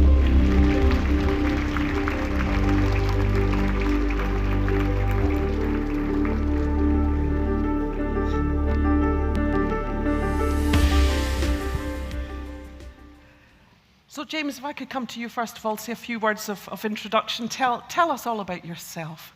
Well, I'm not sure. And what you're bringing to the party today. Well, delighted to be here. I'm fortunate enough to be the Planning Director at Moda Living. My name is James Blakey. So we are a residential investor operator. So we invest in residential neighbourhoods, so new homes, both here in Glasgow and in Edinburgh. And we've invested around about 450 million so far in Scotland. And we're poised with our pens ready for about another 500 million. And we provide rental properties. So we are a large institutional landlord. So not far from here, about a 5-minute walk, we have Holland Park, which is 433 apartments, awash with amenity, and with a very diverse community there, ranging from people who are 6 or 7 months old all the way through to people who are in their 70s. In addition, here in Glasgow, we have something called Vista Park, which is 156 predominantly houses, which again is a rental model. So we're keen to invest in Scotland, and I guess also I should mention that we have also the benefit of sitting on the Scottish Government's Housing Investment Task Force as well. Jane. Thank you. I'm Jane Wood, and I'm Chief Executive for Homes for Scotland. And Homes for Scotland represents about 90% of all tenure home builders in Scotland, including additionally their supply chain as well, so architects, lawyers, banks, and others, and planners. I also sit on the Housing 2040 board at the Scottish Government, and most recently been appointed onto the NSET, which is, I'm not going to use acronyms today, the National Strategy for Economic Transformation Scottish Government board as well, and on the CBI Council as well. And William? Yep, William Kyle. I am Fund Director for Thriving Investments, who are a FCA-regulated fund manager. We're part of Places for People group, and we're sort of unique in that aspect. We're the only regulated fund manager that's owned by a housing association. We were set up in 2017 to carry on the aims of the group, delivering affordable housing but using third-party capital. And we've progressed that in Scotland. We have our mid-market rent fund, which invests broadly between Edinburgh and Glasgow. We're lucky enough to have that partly funded by Scottish Government and to have Scottish National Investment Bank as an investee in that. And the aim of that was originally to build 1,000 affordable homes within easy commuting distance of Edinburgh and Glasgow. We're currently at around about 1,200 new homes and a fund of about 200 million, which we're hoping to grow further. So James and William, what sectors of the market are you focused on, and where do you see the barriers and opportunities? Shall I go first? So we're very much focused at the moment on three things, really. So we've got the build-to-rent sector, which is huge and could be even greater in Scotland. I'll come back to that in a second. We've got the student accommodation, purpose-built, and we also have single-family housing, so that is housing. So in terms of sort of build-to-rent, the key barrier at the moment is rent control. So rent control came in September 2022, and that's devastated, as you mentioned in your introductory remarks. So from a long-term investor's perspective, the housing bill had a series of unintended consequences which drove all the investors away from Scotland. Now, Moda, we were heavily invested in Scotland. We can see the potential here in Scotland, so we decided to stay. And from a ministerial point of view, we were delighted to be invited onto the Housing Investment Task Force to try and change that policy framework to a point where investors would come back into the market. And through that work, I'm delighted to say that actually there's still a little bit of that journey to go, but we're on a trajectory of positive change that hopefully will resonate towards the end of the year, where investors will start to return to the market. From a student accommodation point of view, there's a huge demand here in both Glasgow and Edinburgh and elsewhere. So if you look at what we do, it's very much mixed tenure. So that might be built to rent and student with maybe some co-living as well as some of the single-family housing. So that is to provide neighbourhoods, and we manage those long-term. So we are a long-term steward. We provide all the amenity, and we provide on-site teams, so 24/7. So you get a very personalised service, irrespective of which tenure you sit in. So the current barrier for us is really the housing bill itself. It's not investor sentiment, because people do want to be here. And we're beginning to see some really exciting innovation in terms of that mixed living. So I'm sort of thinking about Social Hub in Glasgow, where they're sort of thinking about multiple use. You've got student accommodation, but then hotel, leisure, community involvement. It's a very clever planning permission. I'm the planning director, so I've kind of got a bit of a nerdy interest in that. So it's a hotel permission, which they've manipulated into a very clever concept and an award-winning. Well, and an award-winning one, actually. So we were at the Scottish Property Awards the week before last together, and we won an award, they won an award. But again, it shows that sort of creativity. But the demand and the need for more residential accommodation and the need for homes, which are purpose-built and highly managed, highly amenitized. Scotland has got all the key ingredients for it in terms of great graduate retention, great corporates, fantastic universities, accessibility. So investors do want to come here, and we want to be here and manage here. William, how about yourself? What is this kind of sectors that you're focused on? Well, we're a slightly different sector in that we're focused very much on affordable housing, and what we do is provide additional affordable housing. So the traditional route to deliver social housing would be through Section 75 planning agreements that come with mainstream housing planning consents. Our aim was to do something slightly different which would bring additional affordable housing forward. And we've used a tenure which is mid-market rent, which is sort of unique to Scotland, but could equally be intermediate rent or key worker rent in other places. The funding that the Scottish Government brought forward in 2017 set up sort of 3 different ways of doing that. We were one of the recipients of funding at that stage, and we're the only one who's gone down the sort of FCA-regulated manager route.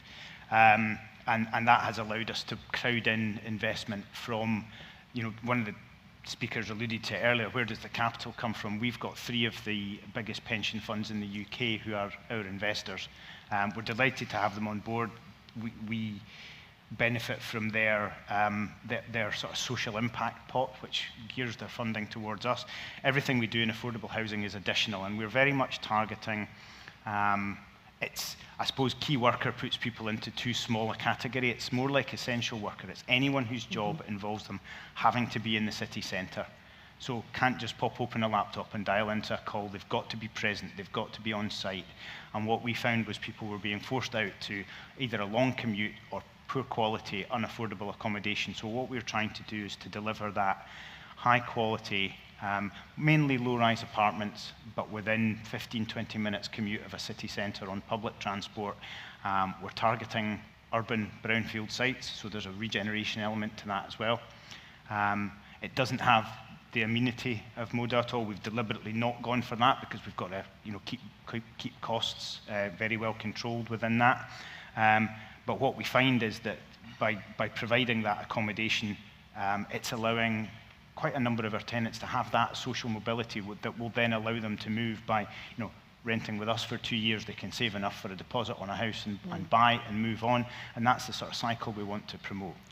And of course, we need more housing of all tenures. So whilst there has been quite a strong focus on affordable, it's still incredibly important. It's not either or, it's and, isn't it, in terms of tenures? Absolutely that. It's and. We need across all the different sectors of the market. And one of the things James alluded to with the rent bill doesn't directly impact us, but what it does do is it's diminished the construction sector in Scotland quite severely. We've seen people pulling out of developing in Scotland. We've seen the number of major contractors who can tender for a job fall away, and that just takes the competitiveness out of the market and just means it's a real struggle. And it's equally difficult for the people that are left to do it, to make things work. Jane, I think your membership of the National Strategy for Economic Transformation, this advisory group, I think sends a really strong message about the criticality of housing to unleashing growth. In terms of those emerging findings around rural growth, urban growth, modern homes and innovation, and the skills and supply chain, do you recognise that? Is that what? Have we got those right, or what more would you like to add around those? Yeah, I mean, I recognise it, but I think if you want to stand back and look at all tenure housing, it is such a complex model. Yeah. To go from the point of no land, no house, to the point where you have a house. It is so complex, and I think the challenges around house building are all of those different rabbit holes that impact the ability to build a house. And I think for me, if I was here, and I do represent our membership of house builders, and there was a list of things that were, and we do actually have, sitting in government at the moment, a list of the top 50 barriers to house building, which we're working through with them, solutions. The planning performance will be the top issue, okay? And you know that, and maybe talk about barriers more. But that is not, therefore, again, helped by what's happening down in south of the border. So we're hearing from a lot of the PLCs that it's easier to do business. So that worries me about, getting that investment in. Access to finance is a big problem. And when we look at our sector, we have to be very careful that we're protecting the SME element of our sector. And just to give you a very scary statistic, we've recently done some research on this. We kind of knew the answers. As like all good research, you should know the answers before you do it. But in 2017, 40% of houses being built were built by SMEs. It's gone down to 20%. And that's really concerning. And the key element of that is access to finance. So we need some of that innovative finance. I think the state of the whole housing supply in Scotland worries me, because yes, you talk about labour, yes, all of these things, but ultimately, you know, housing completions and starts are falling year on year. I mean, they're down 17 and 12% respectively this year, and they're not going back up. We've got this horrible badge in Scotland that we're in a national housing emergency. That's not good for the country or investors. And we've got 28% of the households in Scotland are living with some form of housing need. And that's before we start on homelessness. So the overall picture is a really challenging one. There are signs of some good things. You know, the inflation rates are obviously impacting. Mortgages are just teetering down a little bit. You know, you've got between 0.4 and 0.6% on some of the fixed rates. But housing supply is a problem. We're not building the houses, so the cost of houses, the average cost of a new home is 300,000. So, you know, there's an awful lot of things in there that need fixing, and a lot of that has been decades in the making, these problems in this market in Scotland, in the sector. I don't think I answered one of your questions there. Sorry about that. No, you absolutely, you helped us understand the real barriers that we need to overcome. So I think we've got a great question on Slido that I think brings us to the, okay, what are we going to do about it? You know, you mentioned the failings of the housing bill, including unintended consequences. How do we fix Scotland's housing problem? Do you want to go first, Jane, just on because this it's one? also one of the plethora of points I didn't manage to squeeze into the first answer. There's a lot to fix. How we fix it, and it's to your point, we need to understand the regulatory burden. We've got a very difficult political climate in Scotland. We've got a minority government. We're going to have a minority government, whatever happens next. That makes politics quite difficult. We can't do the mission-led stuff that Labour are doing down south. And this isn't about party politics. This is about how we fix our economic and social discuss. Okay, we'll do that offline. But the regulatory burden, I mean, we've worked out the regulations that impact house building at the moment, they cost on average 34,000 a house. So that's around building standards, you know, transition to net zero. We've got the new building levy coming in. And there is some really interesting work, and you've been involved in it as well, Sarah, around the New Deal for Business, you know, the business regulatory environment, you know, what is the impact of regulation? What are the unintended consequences? We need to understand it in house building. We need to listen to the Competition Markets Authority recommendations to say, you know, SMEs cannot carry all of these costs. It's not sustainable. So I think what we do is we look at the regulation pretty quickly, and we look at that systemically in relation to planning as well, and land supply and all of those issues. I think if we do that all together, I think that's what we're trying to do on behalf of the sector at the moment. Other perspectives? Who would like to come in first?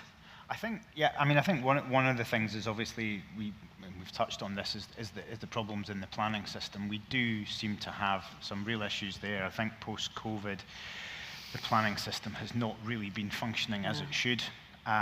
We hear of, and it's a very oversimplified argument, you know, every time somebody says it takes 2 years to get a planning consent, somebody says, but there's lots of consented sites that are sitting there unbuilt.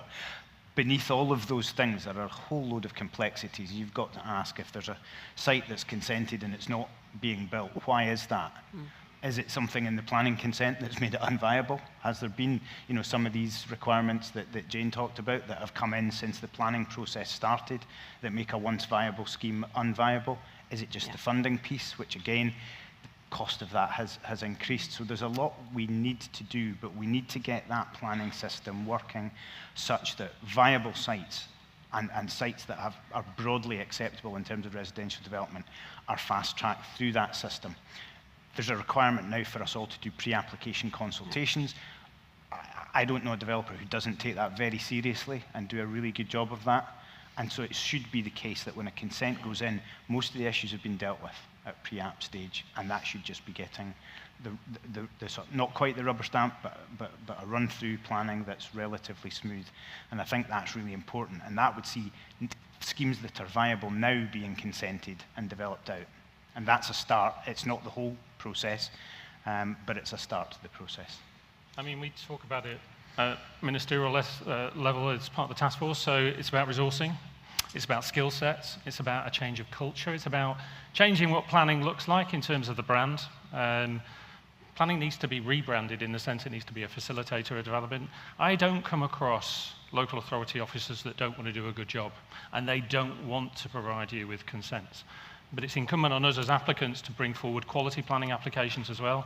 I mean, Holland Park here was determined, and it's a city block up to 22 stories. That was determined in 8 weeks because we worked in partnership with Glasgow City Council. They put a major projects team on it, and we were lucky, and they went through it and they resourced it properly. They can't do that on everything. So resourcing, and let's be honest, money's going into those departments with the right officers and skill sets is absolutely key. But that cultural change of attitude must be, and the title here is Housing and Economic Impact, is that housing is a key driver. It's a key driver of spend and regeneration. It will support city centre living and also rural living. So enlightened authorities, and we do a lot of work down south as well, get that, and they invest very heavily in their planning and regeneration and economic teams, and that's absolutely critical. And you can work it, but it is a partnership. We at Holland Park here won the BTR Development of the Year the week before last for Scotland as a whole. I emailed all of the Scottish officers that worked on that because it was a partnership. It wasn't just an award for MODA, it was an award for Glasgow City Council because the quality of that was as much down to them as it was to us. And that has to be the right way to do it, that collaborative approach.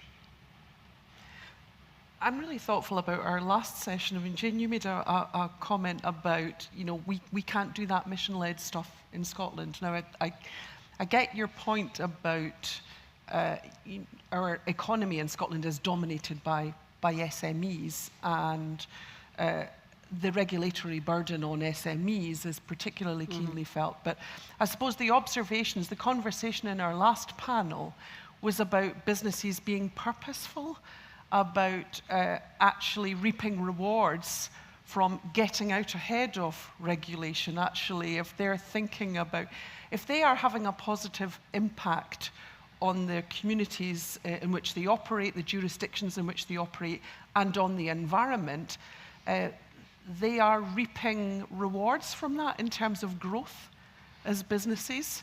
So I'm just thoughtful about what does good look like if those businesses who are actually purposeful or solving the problems of people and planet profitably, they're the ones who are experiencing growth. Is that just easier for larger corporations to do? Is that just harder for smaller businesses? And I'm not sure that's right, but really keen to kind of get to your first perspective. Point, I shouldn't have used the can't word. We shouldn't have used the can't word. We could be mission-led in Scotland. Yeah. Mission-led, so if I was say, what would that look like in Scotland? For me, I would ask the Scottish Government to set an all-tenure target. Yeah. Targets create focus. They show an ambition. And but everybody in business knows as soon as you set a target, you risk assess it, you plan it, you resource it. So it all falls underneath. And I think we've got a plethora of targets in Scotland, of course we have. But that high level all tenure target, I think, is really important. And we don't have that. So I think the mission led, you know, it's more difficult to get the big decisions, the big changes through, you know, a parliament that we've got is what I meant. I think in terms of what frustrates me is we know the social economic impact of housing. You know, there are people here who are in social housing. If we don't have the right housing for Scotland's population in an inclusive way, that impacts not just those at the end who are in the social affordable end, but also those who want to build businesses here and professionals, as we've already referred to. So we need, and I think what people don't understand is that codependency. We need to build all tenure houses. We need to, you talked a little bit about too much investment in social. We need to get that right because that makes the market economy work properly. And I think one of the big problems is that there is a lack of understanding of the social impact of housing by civic society and by some of those opinion formers and policymakers. I think sometimes we forget the opportunity win that we have there. But I think to your question, I spent 10 years in sustainable, as you know, before, business in the community. And I think that the level of sophistication between the big PLCs who have to report back on their ESG and their sustainable development goals, and then the SME, there's a big bank of clear blue water there. But I think that there is a want to do it. And obviously because it's a very heavily regulated industry sector, they have to do a lot of that on the technical front. But I think there's a lot more they can do on that legacy piece, the community legacy piece, which they'll do through the planning. But I think there's a lot of exciting things being done by private and public house builders at the moment. But more could be done, definitely, on measurement, definitely. James or William, do you want to come in at all on that? What's your take on it? I think that in terms of, from a build-to-rent perspective, we can deliver at scale and at pace and at quality very quickly, because we can bring 30 or 40 or 50 or 60 dwellings and homes together at any one time. Our funding is both from MODA, but also from a series of different funders, which are looking at those mission statements and those targets from an ESG point of view. So we have a very strong ESG strategy. We're heavily accredited through something called Fitwell, if people know that. Certainly encourage you to look it up, and GRESB. So our funders are looking for those. So those mission statements are clear. We can deliver from a build-to-rent point of view very quickly, and the demand and the need is extreme, as Jane has said. I mean, the PRS market has fallen off a cliff since September 2022, so the demand is there. One of the key sort of challenges that we have to that mission isn't land, because there's plenty of land in Scotland. It's currently construction cost. So build cost here in Scotland, because of that, is now as expensive here. If you're looking at the city centre type site, you're looking at London prices to build, but you don't have the comparable rents to offset that cost. That is a huge challenge. And as Will mentioned before, we need those contractors to come back. That's a consequence of the housing bill, unfortunately. That was one of those unintended consequences. From a MODA point of view, going back to mission, in Birmingham we have 2 skills academies where we work with the Mayor and Birmingham City Council. We've done some great work with Edinburgh City Council in terms of skills and training, bringing on those apprenticeships, lots of educational hours, because we want people to buy into that rental model and that brand and that way of living. It's not for everybody, but it's about choice and flexibility. So from our point of view, as a long-term steward in our residential communities, it's something that we can take seriously and actually ride out some of those investment bumps, because it is like a 30-year plan. So for us, it's about getting those fundamentals right, and then you can invest really heavily and quickly. Yeah, I mean, I think we're something similar to that. If we look at the economic impact of house building, it's huge. We did a bit of a study quite recently. There were 3 companies who all benefited from the Scottish Government loan back in 2018. Between us, we've built 3,000 affordable homes. We've spent about 540 million in the construction sector. There's about nearly 3,000 net additional jobs being created through that process. And every year there's another nearly 80 million of funds going into the community from retail and leisure spend from these people. So the economic benefits are very much there. And the way we try to work is to work with the SME developers and try and take part of their larger schemes, forward fund it for them, so it makes them easier to go back to their funders, having de-risked potentially half of a development site. And as James said, we can do things at pace, whereas you're not building to a sales program. We've got development in Glasgow just now, which we've not taken any handovers yet. It's 199 new homes, and we've got 600 people on the waiting list for that. So the demand is huge, and the prize is there if we can get that accelerated. We have a great question here from Susan Campbell on Slido. Where are the most significant growth opportunities for housing in Scotland, and how can the public, private and third sectors work together to unlock this?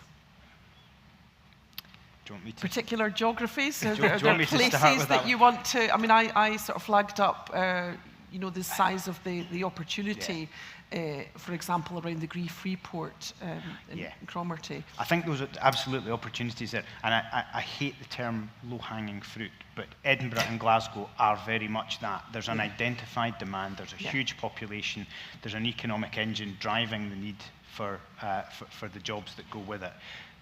One of the big challenges is rural housing, to keep rural communities vibrant. And there's a lot of chat I've had today with various people around, you know, high-speed broadband and all the other innovative things that can happen in rural communities that might be able to help that. So I think there's a future for that. We're going to unlock some real innovative solutions around affordable housing and regenerating some of our communities.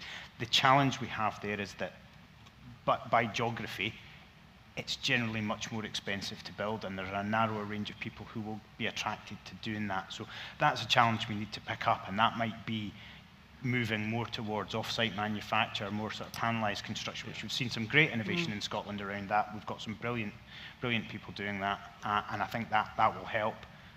But also, if they can do that and then bring in local finishing trades to boost the local economy, we might just get that right. I think it's a great question, and I think I know where it's come from. So from a housing task force point of view, because the housing task force is split up into 7 work streams, and work stream 1 is about rent control. So when we were seeking to define what that rental product was, you had to try and get to a point where you'd got urban and rural housing, and Will's absolutely right. Urban will, in a sense, take care of itself once we get the housing bill sorted out. But the rural element also needed to be promoted, and it's more to do with management rather than kind of the physical build, in the sense of that institutional grade management and the way that it's operated from a rental perspective. So you are getting all of those benefits and that amenity level and that sort of 24/7 care. You're cocooned within that rental model from a build to rent perspective. And that definition was something that we spent a long time making sure we got right. And hopefully you will see that as the Housing Minister then publishes the report, which will come out through the Housing Task Force. But also there is a move now to seek to exempt build-to-rent and MMR from that rent control process. And even though that's coming to an end at the end of March, or the end of this month now, it still figures within the housing bill, which the Housing Minister is determined to try and get through stage 3 and enacted before the recess, which is June this year. So I think that will be really interesting, but the rural growth is something from a single family housing point of view where there's huge potential. I've got another great question. I don't know if there's anything you want to come in on briefly, Jane, before I move on to the next question. I would just say, in answering that question, I think the risk of economic and social risk of undersupply is being felt by so many industries now across rural and urban. So I think we've got to look at tourism, hospitality. We've got to listen to these voices. It's really critical. That's certainly what we're hearing in terms of it being a massive barrier to growing their business, whether it's whiskey, salmon, food and drink, tourism, right across the piece. And I saw David in the room earlier. How are panelists planning for green heat delivery and development, heat pumps or heat networks? And there is a question in the room, so I'm conscious I'm not sure how green heat delivery and developments, heat pumps or heat networks? Heat pumps, a lot of solar. Yeah. There's a great move towards solar. Again, if you look at Vista Park, they've got solar. The move there will be into batteries, into individual properties as well, in terms of off-grid. There's a huge amount, I think somebody mentioned it in one of the earlier panels, there's a huge amount of tech which is coming. We're very tech-enabled. I think one of our partners, Utopia, is in the room. All of our units are censored. And it's not just about generating electricity, but it's about reducing the demand for it and the use thereof. So in terms of insulation and the way that building control works as well. It's data-driven design, which is another... Absolutely huge. Anything else? I know there is a question in the room from a gentleman in front. I think we benefit quite well from Scottish building regs at the moment. The fabric first approach provides really very efficient homes before you even switch the heating on, and we're delighted that we've seen that with all the ones that we've built recently. We're using solar as much as we can. We shift all our common areas to green tariffs, which is just a sort of an easy win. As soon as a property becomes vacant, that goes onto a green tariff. We hope that the incoming tenant will keep it on that. They don't have to, obviously. but we're moving towards that. I think in the longer term, we will move towards heat pumps, and we are looking at one development just now which has an energy network. So we're looking at all of these options. Great. There is a question here. I don't know if there's a mic.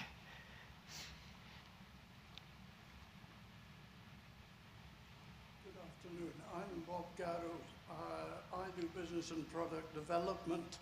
And 15 years ago, I became aware of the shortage of housing in the Highlands and wondered how do we do that, all that geography.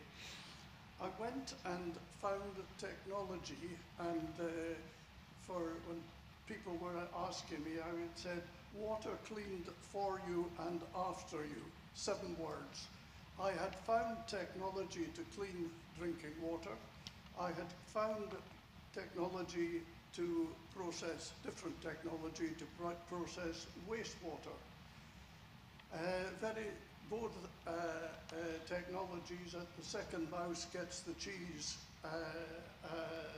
stage.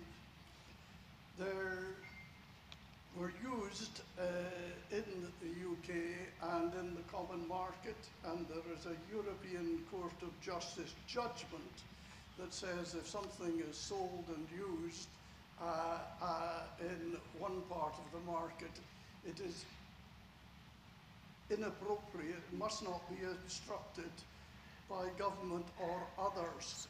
So what's your question for the panel? The question is, how do we change the regulations that for wastewater still relate to the Roman technology?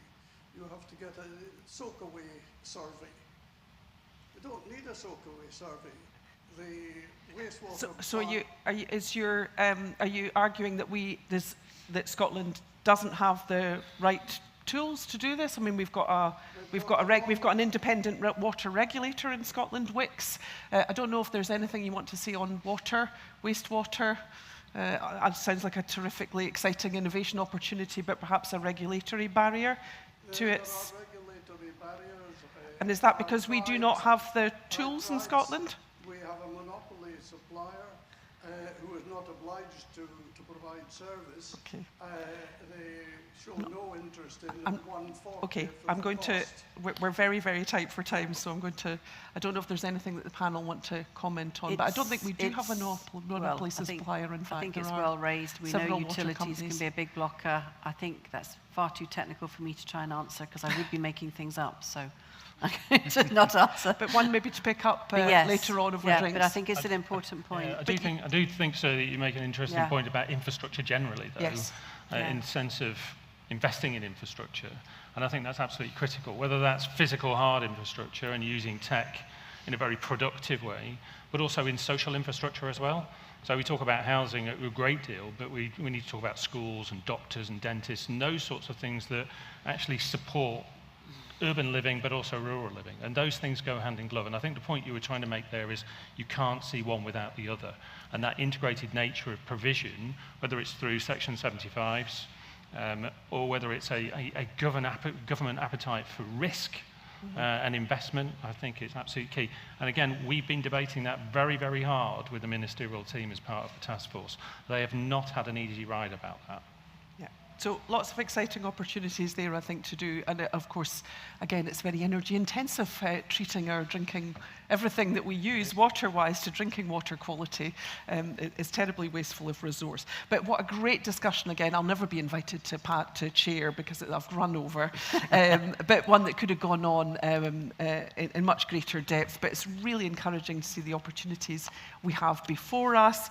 Thank you to our panelists, James Blakey, William Kyle, and Jane Wood. Thank you. Thank you all. Thank you.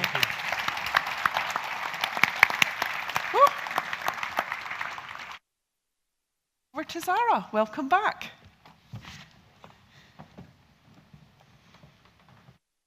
Thank you.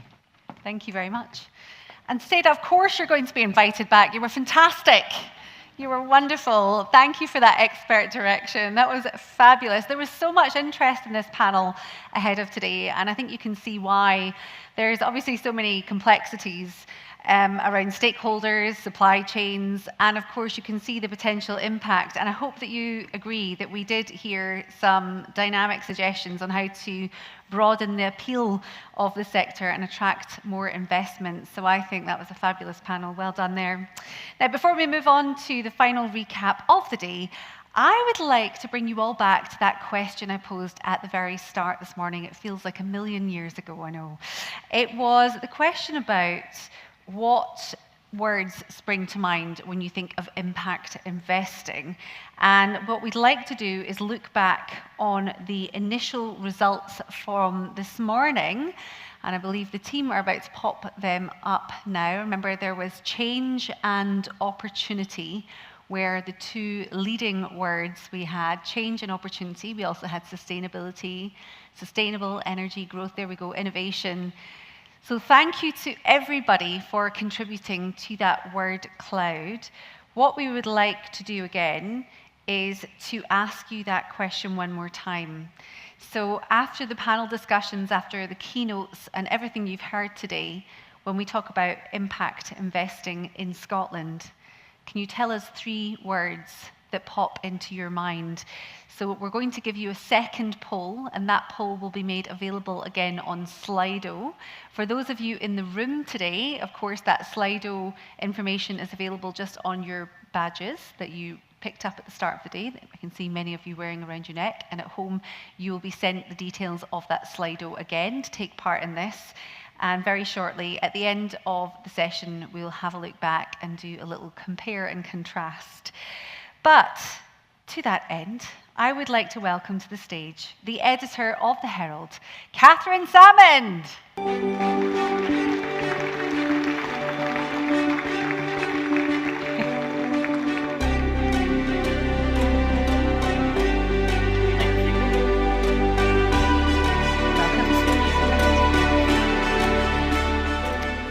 So Catherine's going to take the lead and look at outcomes of today and what the next steps will be, both for the bank to take forward, but also in a wider context for all of you here with us today. Joining her on stage to discuss the next steps, please welcome Chair of the Scottish National Investment Bank, Willie Watt.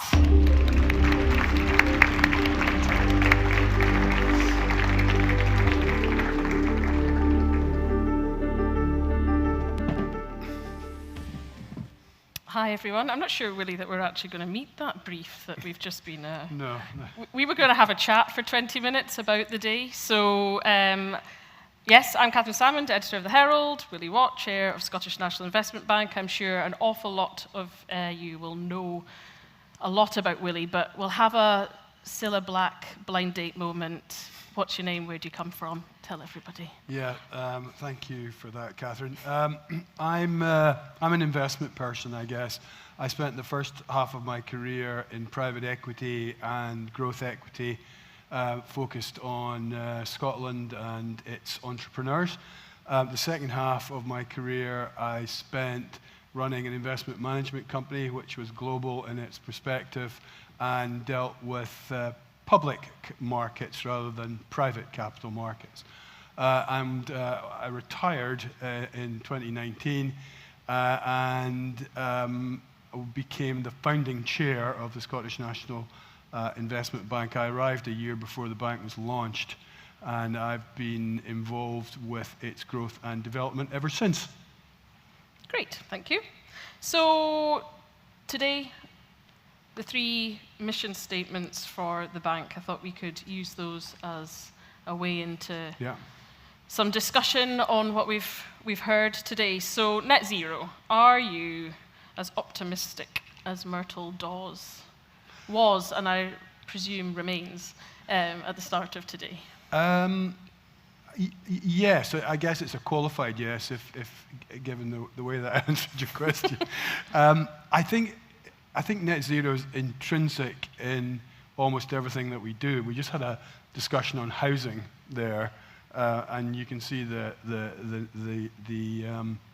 net zero implications there. And when we talked about innovation, quite a lot of innovation is focused on climate tech and on the challenge for net zero. Just because the politics in parts of the world has got difficult, it doesn't mean that the net zero challenge has gone away. Obviously, it hasn't. So we will remain committed to it, but so will millions and millions of other people and businesses around the world. And I do think we are making significant progress. I do believe, though, that all of the cost of net zero can't be put on the consumer.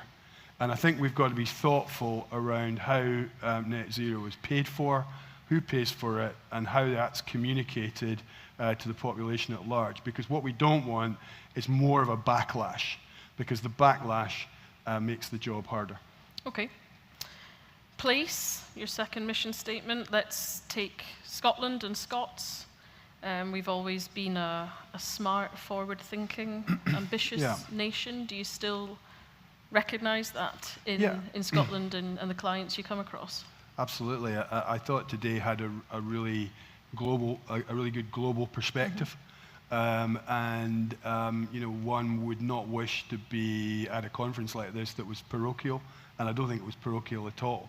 I think you could see from the speakers that they take inspiration from, they trade with, and they look for ideas from around the world. But of course, we're a development bank for Scotland, which is quite a small place. So I think integrating all of that global input and then effectively deploying it in a Scottish concept, in a context, is something that we're really focused on. As you say, Catherine, the Scots have been good at that throughout history, but there is definitely a need for us to support companies as they scale up to meet their global competitiveness. And I think one of the speakers talked about things this morning. You won't raise money internationally unless you're competitive on a global basis. And I think we hopefully can help our companies with that. I think the housing conversation was interesting.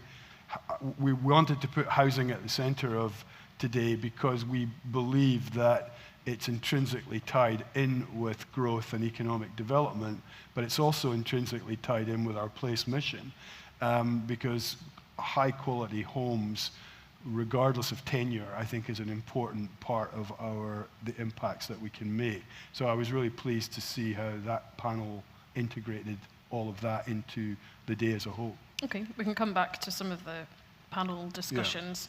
On the innovation mission, what do you think the barriers are at the moment? Some have been discussed, but in your opinion, to progress, what could be holding Scotland back? Yeah, there was quite an interesting discussion at one point about startups and early stage investment versus later stage investment and scale up.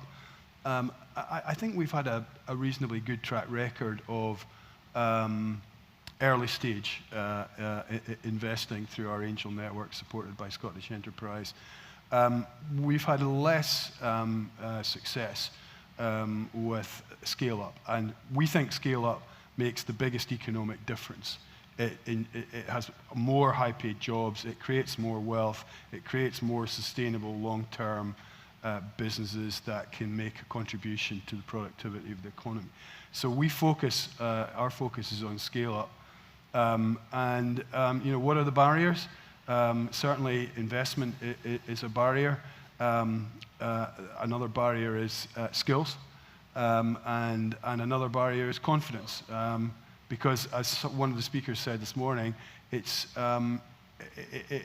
doesn't look like a bad thing to do to sell your business when it might be worth 10 or 20 or 30 million. But our ambition is to back companies that are worth 3 or 4 or 5 or 600 million. To do that, you need a lot of things to come together. We are on a learning journey for how we can contribute to those things. But what we want to do is support management teams as they learn, develop, and grow so that they can maximize their potential. Okay, we were speaking before when we were having a secret chat outside about your sort of highlights from the day, and you did mention the culture and leadership elements that they had sort of struck a chord with you and your career. Do you want to draw upon I don't know, your takeaways from that, or things that really stuck out for you? Yeah, some of the people in the room will know I've got a bit of an interest in leadership, particularly in scale up businesses. So I was really interested to hear what the three speakers had to say, and I thought I thought all of them made really good points. I suppose one of the things that stood out for me was something that Jonathan said about you don't need a management team that's right for the size of the business that you're running now. Mm-hmm. You need a management team that's right for the size of the business it's going to be in 2 or 3 years' time. Because if you don't do that, you will be tripped up by the growth that you develop in your business, and then the growth can stall. So I thought that was a very, interesting point. I also quite like the juxtaposition between will and skill, and I think it's both. Hard work and learning are the two things that define success, I think. Does will and skill drive you? Well, I'm not sure about the skill, but maybe it did in the earlier part of my career. But I'm just more interested now in curiosity and being thoughtful about things and helping other people to succeed. Okay. Are you concerned about other people, as in global leaders at the moment, and how world events could impact us? Yes.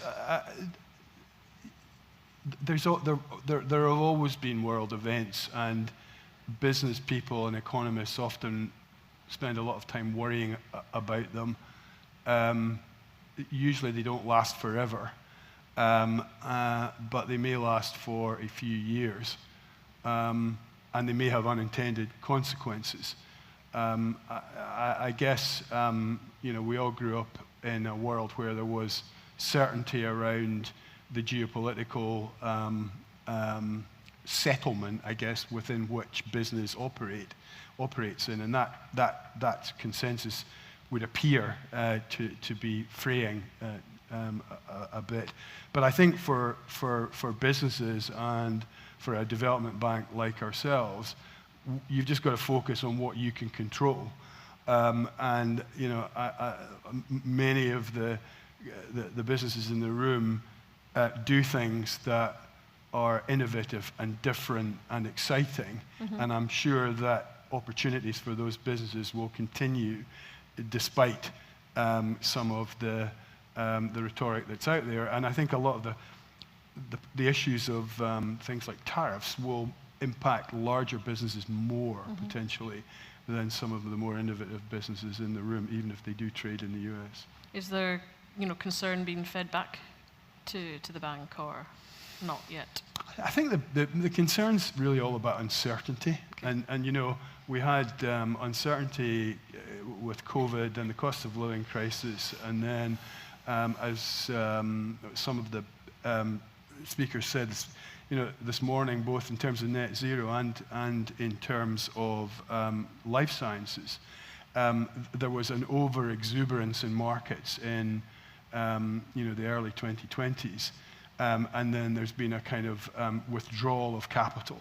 So we're sitting at a point where the supply of capital in private markets is at a low point, and it was just starting to recover before the events that we're kind of alluding to.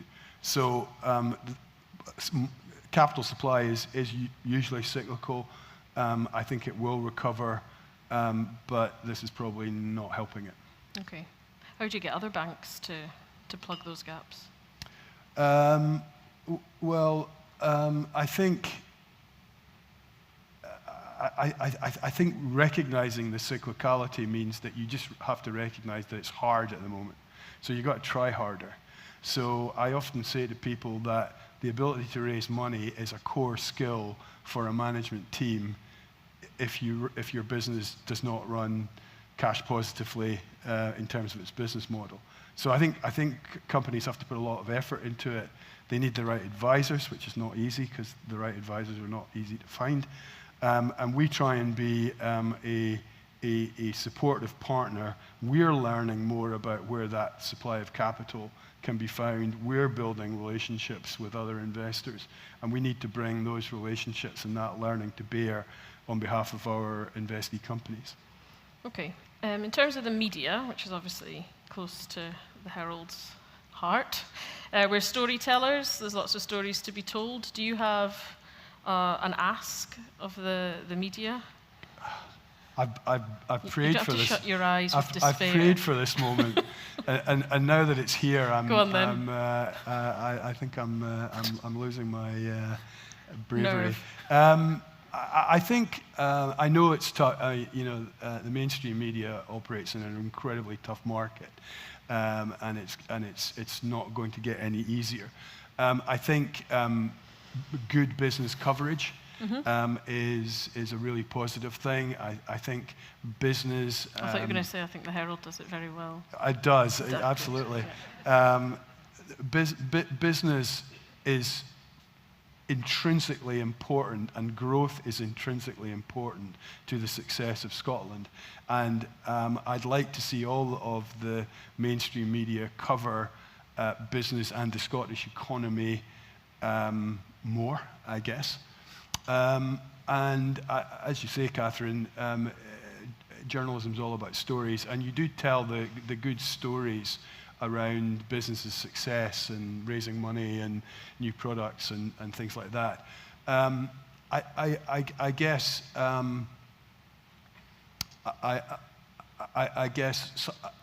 some thoughtfulness around what can be learned from failure. And this isn't a point about the Herald, by the way, at all, so this is a general point. Thoughtfulness around what can be learned from failure rather than a sense of blame around failure. Because I think that would be more useful to the business community as a whole. Okay, we have a question from a secret person. When scaling up, should businesses focus on fundraising to support growth, or managing the business, brackets, or growth? It's not an either or, unfortunately. I think you have to do both in tandem, and your fundraising plan needs to ride in tandem with your growth plan. Because unless you are running a cash positive business model, you need to hit milestones to allow you to raise the next tranche of capital. And in milestones, if you hit them, increase the value of your business, and they allow you to raise money at a higher value. And so it's fundamentally important that the fundraising plan and the growth plan run in tandem and actually mesh together really, really well. And often we see in the bank that isn't the case, and it usually causes problems when it's not the case. Okay. Because the naughty people ran over, we're allowed 3 extra minutes. Right. So you can either answer what's next for the bank, or both, if you can speak quickly, the 3 takeaways that you would like people to leave with from today's sessions. 3 takeaways. I'd like people to go away thinking, I've learned something today. I didn't know that, or that's an interesting perspective. So take away some learning would be takeaway 1. Takeaway 2 would be to see the breadth of what the Scottish National Investment Bank is doing, and to recognize that although it can sometimes feel like these are silos, we do see there is an interrelatedness between the 3 missions that we have, and that interrelatedness came up today. And the final takeaway would be, I'm just really pleased to see such a great group of people here. Many of you are still here, which was my main worry, because I thought by the time it got to Catherine and I at the end, everybody would have buggered off. But you're still here, so thank you for that. And I would just like to thank everybody for for the investment that they've made in today to be here and to spend the whole day with us. Excellent. I think that's us and our time up, so thank you, and we'll hand over. Thank you, Willie. Thank you, Catherine. Thank you.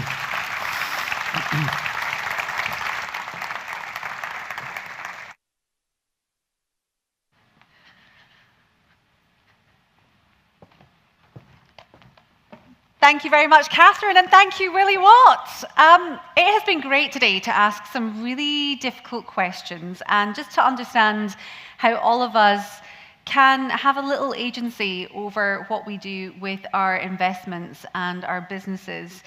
There were lots of practical steps there in making impactful change. Now, we know that we're not there yet, and there are many challenges to overcome in reaching these goals, but the outlook is positive. Looking at takeaways from today, has your knowledge or your opinion changed? Well, this is why we asked you all to take part in our word cloud again, and I believe we're going to have a little bit of a look at that now. So when you think of impact investing in Scotland, what words come to mind? We asked you. And opportunity, I'm so pleased that that is still such a priority for you all, and that is something that springs to mind. So we have not dashed your hopes and dreams, because to me, that's what opportunity is.